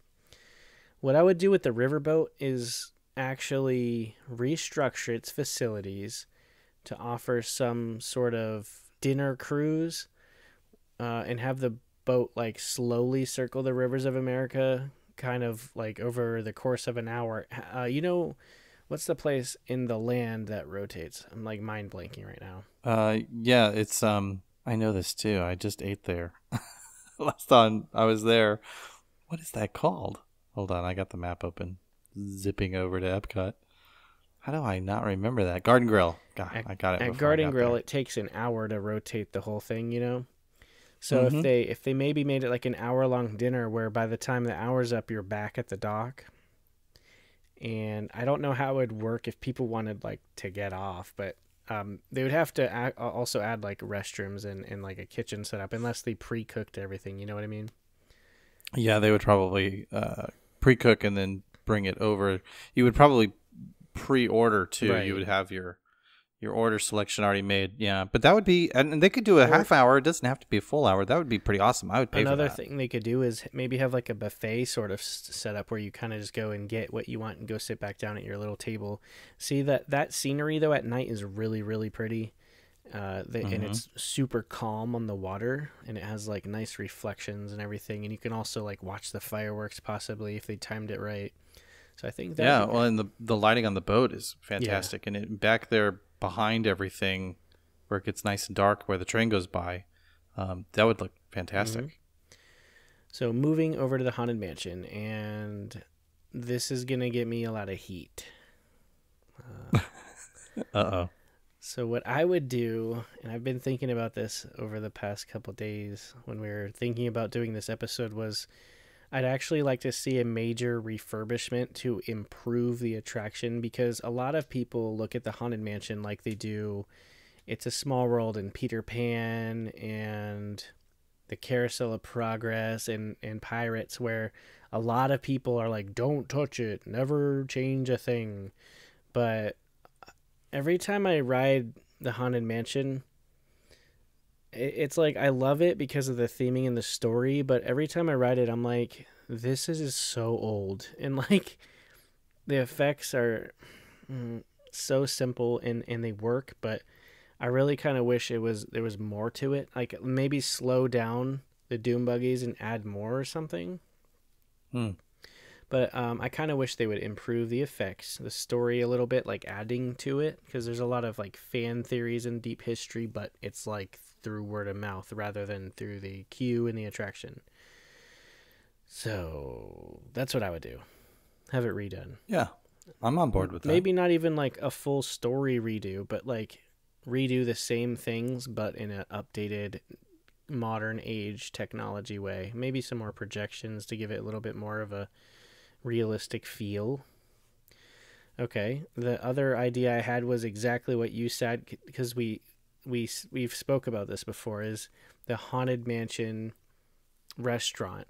So what I would do instead of going around or like a tunnel is actually reconfigure the queue so you just reconfigure the queue so there's a walking path to get past the attraction in that area. And again, like what you said, if you look at this in a top-down view on Google Earth, there is a ton of land there, a ton. And they could build, what I would want to see is something equivalent quality and service as Be Our Guest. Have full theming where they kind of give you a tour, like here's the gallery, here's the ballroom, here's the attic, and you could choose which one you want to sit in. And you have these ghost hosts, but maybe done up with makeup or something, and they serve you. But I think that would be awesome. And they just kind of have ominous music playing, ominous lighting and scenery, and it would be insanely packed. It would be impossible to get reservations there. So many fun ideas. Oh yeah. Yeah. The things on the walls, things the following servers, the tables would rattle and the lights would flicker. And they could make it kind of like more of an upscale menu. They wouldn't even have to be like all gross with the food. They can make it like, as if you're in a mansion eating a high quality meal, but you're just served by dead people. So that would be awesome. The next thing I would do is I would keep the Columbia Harbor House because it fits with the land. It's right there by the water. Whatever. I'd add a Trump meet and greet. Just kidding. I'm just kidding. That would be worse than the heat that the attraction already has. But so I personally like the Hall of Presidents. Walt wanted it, like you mentioned. We don't really talk about this attraction much on the show because of everything going on these days in the news, but I've always loved it regardless of whoever's in the office. And to me, it's more than the person than it is the position in office, plus American heritage, history, and straight up, like, it's patriotic, you know. I like it. I like the history. I like the video that they play, just the same with the American Adventure show. So I like that. I would say if the land doesn't change its theme, like how you're talking about, it still fits. We have the Liberty Bell there, and then the tree, the Liberty Tree, that actually got taken up from a different part of property, broke in half, and re-put back together. Wow. Yeah, they talk a little bit about that on the Keys of the Kingdom tour, so it's kind of cool. What I would do is take that Christmas shop that's totally out of place and awkward and kind of randomly put and move it back over somewhere like where it makes more sense over on Main Street. I don't know what I would do there, though. Maybe have that as a meet and greet location. Yeah, the Trump meet and greet. And an idea that I have written down is something that you mentioned earlier, which is streetmosphere. Anything. It could be like maybe like some colonial times, like soldiers just kind of walking around and interacting. And another idea I had was a patriotic marching band, kind of like maybe a guy playing a flute and the other one's playing the snare. Yeah, fife and drum. Right, exactly. And they're coming through, and you know they're patriotic and maybe saluting and yada yada, and it would add to the ambience. I think that would be awesome. Have you ever been to Washington D.C.? No, but I want to. It's such a if you ever get to go, you should. And the American History Museum is fantastic. And you know, one of the things that they have is the Stars and Stripes, that, you know, this massive flag. And there's a lot of, obviously, you know, if you're a patriot, you know, it's definitely a place you want to go. And if you've never been, you'll the first time you go, you'll finally feel like a full-fledged American, because there's just so much history and so much patriotism there. But it's you know, that's the kind of thing that you know, they could do a little bit more with. You know, take out the Christmas shop and put in, you know, something that, like you said, even a meet and greet. They could have, gosh, I can't think of the lady's name right now, but the seamstress that made the flag, right, sitting there sewing it while she's answering questions or talking or taking pictures or whatever, you know. And then, so there's so many more cool things you can do that tie into the land that they're doing. And I agree, the Christmas shop could go to Fantasyland or Main Street or somewhere else. Yeah, like the guy that wrote the lyrics to the anthem and stuff like that. I mean, you can even have like the old school presidents. Imagine a meet and greet with like Lincoln and things. I mean, that'd be kind of neat. Or like George Washington. Like, it's... Hey, they have meet and greets with Star-Lord. Why can't they have meet and greets with Thomas Jefferson? Yeah, I don't know. And maybe you could change the Christmas shop to just more patriotic things, you know, like at Cracker Barrel, they have the flags on everything. Or get rid of that ticket.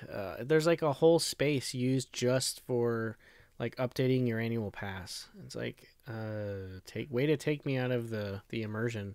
Yeah. It's like, anyway, here, pay another couple $100 to come back again. So that's pretty much it, because I think the thing is I overall really like the land for what it is. Just like Frontierland, you don't really need to change much. It's a time period land that doesn't age like how Tomorrowland ages, because we bypassed the tomorrow stuff, and now it's just like a future that never was, but it, right, you know, and it's just kind of a mishmash.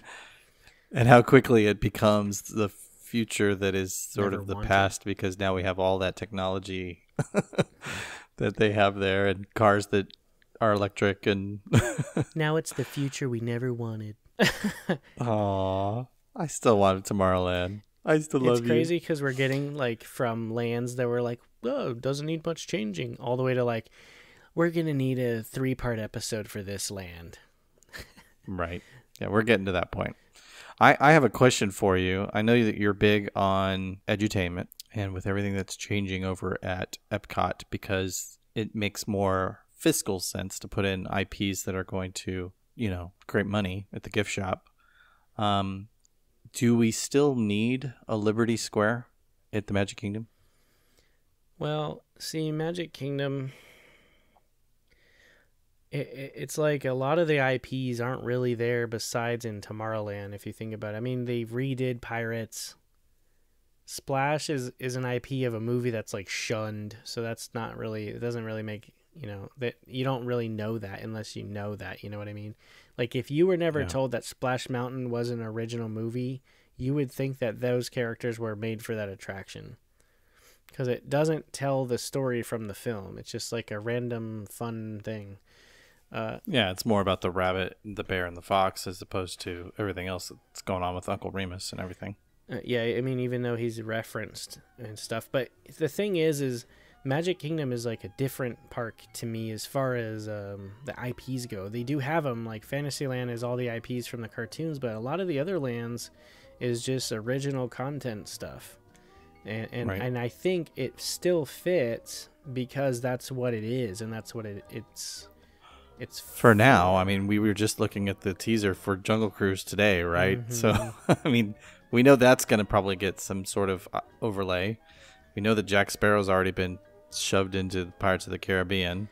Yeah. And we know they're making another Pirates of the Caribbean, a 6th film, which I'm really hoping it's about Red, because let's be honest, that needs to pay off somehow. And they're also redoing Haunted Mansion, so we don't know. I don't know. I don't think the land needs to change because it's still pretty busy, regardless of any IPs being there. It's pretty busy in general. I mean, besides when... Well, and it's on a lot of ways for a lot of people, and for my family, it's a pathway to get from one place to another. It's a pathway to get from Frontierland or Adventureland to Fantasyland or to the hub. And I would like to spend more time in Liberty Square. That is true. I've honestly... Well, I was saying that is true. You pass that cut through where you do your fast passes over by where you would cut through to go to Adventureland. And from that span all the way to where that little intersection is all just walk like through fair, and that's it. Mm-hmm. I love the Liberty Bell because I loved the Mark Twain Disneyland, but I've never been on the Liberty Bell because I can't get my family to wait for it to come around for 10 minutes and then board it and ride it for 20 minutes.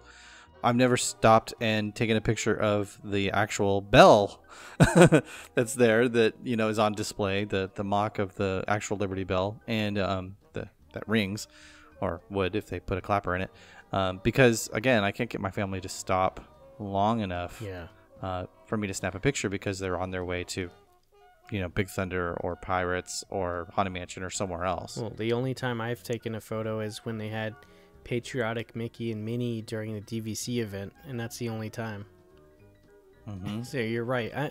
Now that I think about it, but that's what I was kind of mentioning. If you add the Streetmosphere and redo the show, you have a little bit more of a reason to go there. You're right. I think it's probably the least visited besides the Haunted Mansion. Mm-hmm. And I don't know if they have any rooms, if they gutted maybe one or two of those restaurants to add like an attraction inside. I don't know. What do you guys think? Joey mentioned it earlier, but we have our ideas. But what do you think? If you had unlimited money, would you add, take away, or change anything in the land? Let us know on social media. Join our Facebook group, One Little Spark Podcast group. You'll find it. Just search for it. So if you guys have any ideas, let us know because I want to hear about what you guys would do to the land. Gather round, gather round. Come closer, all ye people, gather round and listen well.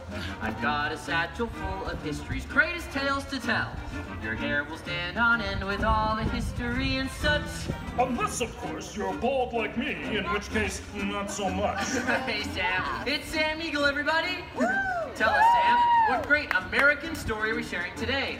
Today we shall salute the Declaration of Independence. Ah, a great story indeed. That's what I saw. The people of the colonies, they said, let freedom ring, declared their independence. Then they overthrew the king. There were battles, there was violence, there were spies and traitors too. But we won't speak about all that. This is wholesome through and through. Right, let's bring out some friends to help us. Hey there, that's your cue. Welcome. Hiya. Woo! Great moments in history. Tra-la-la-la-la. Great moments in history. And this one features moi. And here's but you will take away in all your minds and hearts. Great moments in history, but only the American Great moments in history, but just the American parts. Hi-ho and welcome to Great Moments in History. But just the American parts. That's right, Sam. And as the official Liberty Square historian, I have drafted tributes to every important event in American history. JJ, please remind everyone which great moment we are sharing today. The Declaration of Independence. Excellent. I read it every night before bed, and so should you. And now I will recite from memory the entire Declaration of Independence. When in the course of human... Excuse me, Sam? Kermit, you are interrupting America. Sam, the gang and I were talking, and we had some ideas to make your show more entertaining. Entertaining? Mm-hmm. In a theme park? Yeah. Highly unusual. Aw, please, Sam? JJ, I could use a little help here. Sure, Kermit. Let's put it to a vote. All those in favor of making Sam's story more entertaining, say aye. Aye. The ayes have it. It appears democracy has spoken. All right, Kermit. You and your band of weirdos can help. Okay. But please do it with dignity. Oh, sure, Sam. We always do things with dignity. Hey, Kermit. The all-chicken chorus is ready for their big number. The clock heard round the world. Get it, girls! Too soon.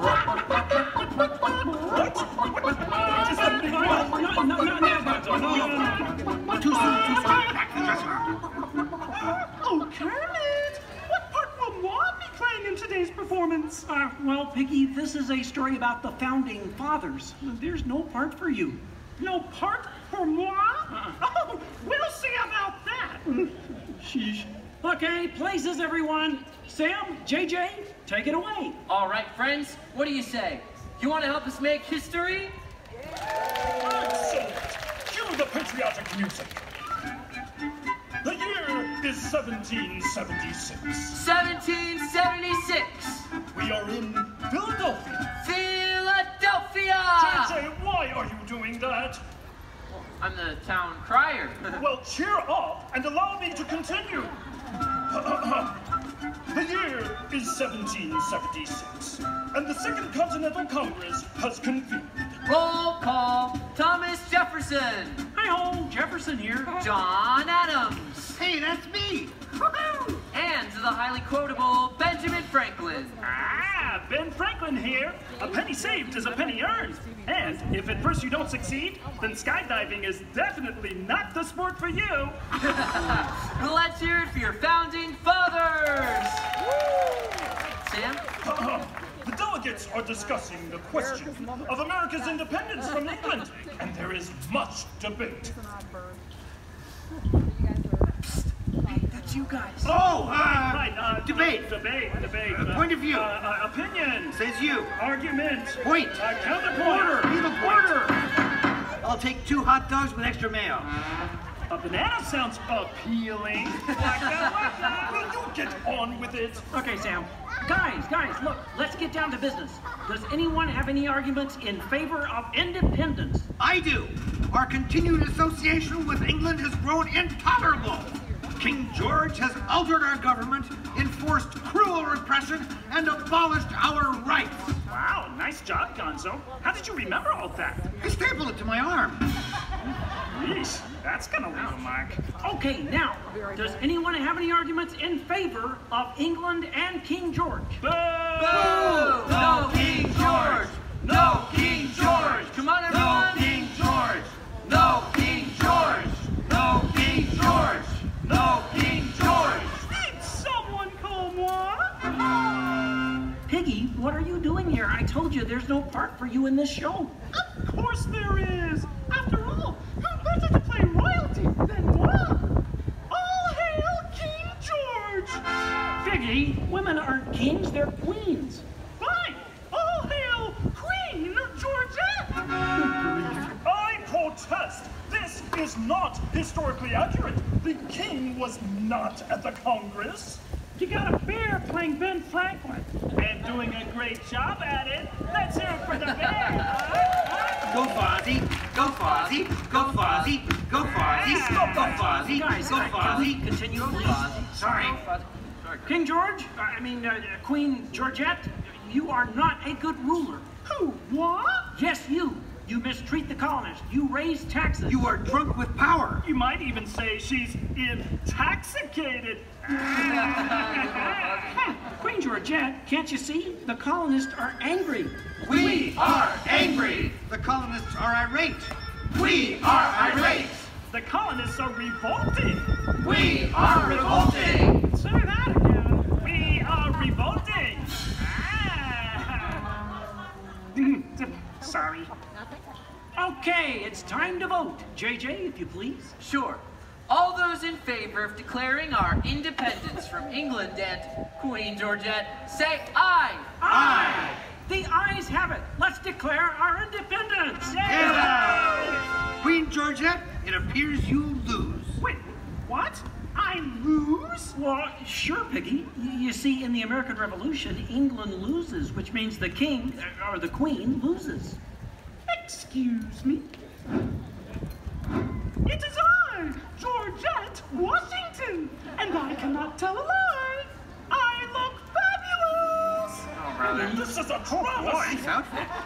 Enough of this nonsense. Can we please move on? Sure, Sam. Now we need someone to write the declaration. We need someone with the brains, someone with the wit. Someone with a pen. Okay, I, Thomas Jefferson, will write the declaration. But I'm going to need everyone's help. Let's start with a list of demands, shall we?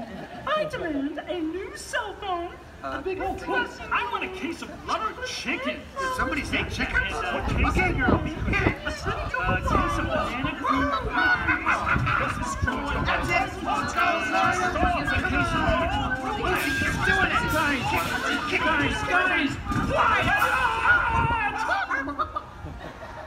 Guys, when Jefferson wrote the Declaration, it was more than a list of demands. What? Oh. What are you talking about? Yeah, it was about things we all believe in.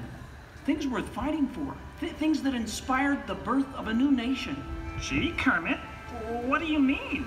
Well, like the Declaration says, we hold these truths to be self-evident, that all men are created equal, that they are endowed by their Creator with certain unalienable rights, that among these are... All together now, life, Liberty and the pursuit of happiness.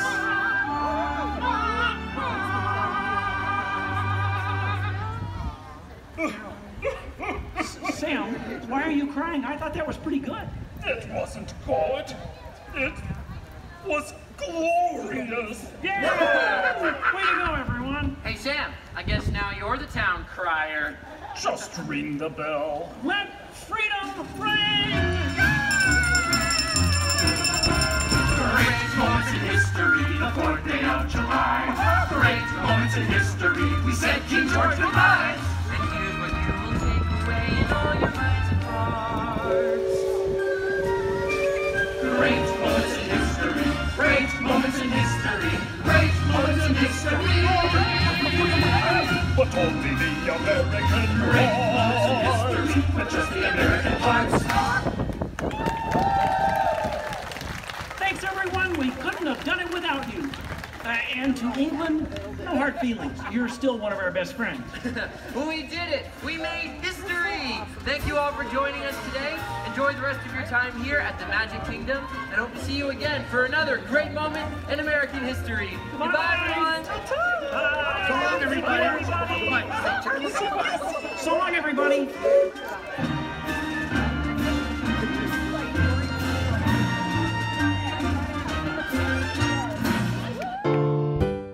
That's it for this episode. Thanks to Michael Pitcher for the show music, music by Cake and the Disney Company, as well as other copyright holders. To find us on social media, search for One Little Spark Podcast on Facebook, Twitter, Instagram, and YouTube. For show notes, pictures, and more, check out onelittlesparkpodcast.com. Thanks for listening this week, and just remember, Tomorrow is just a dream away.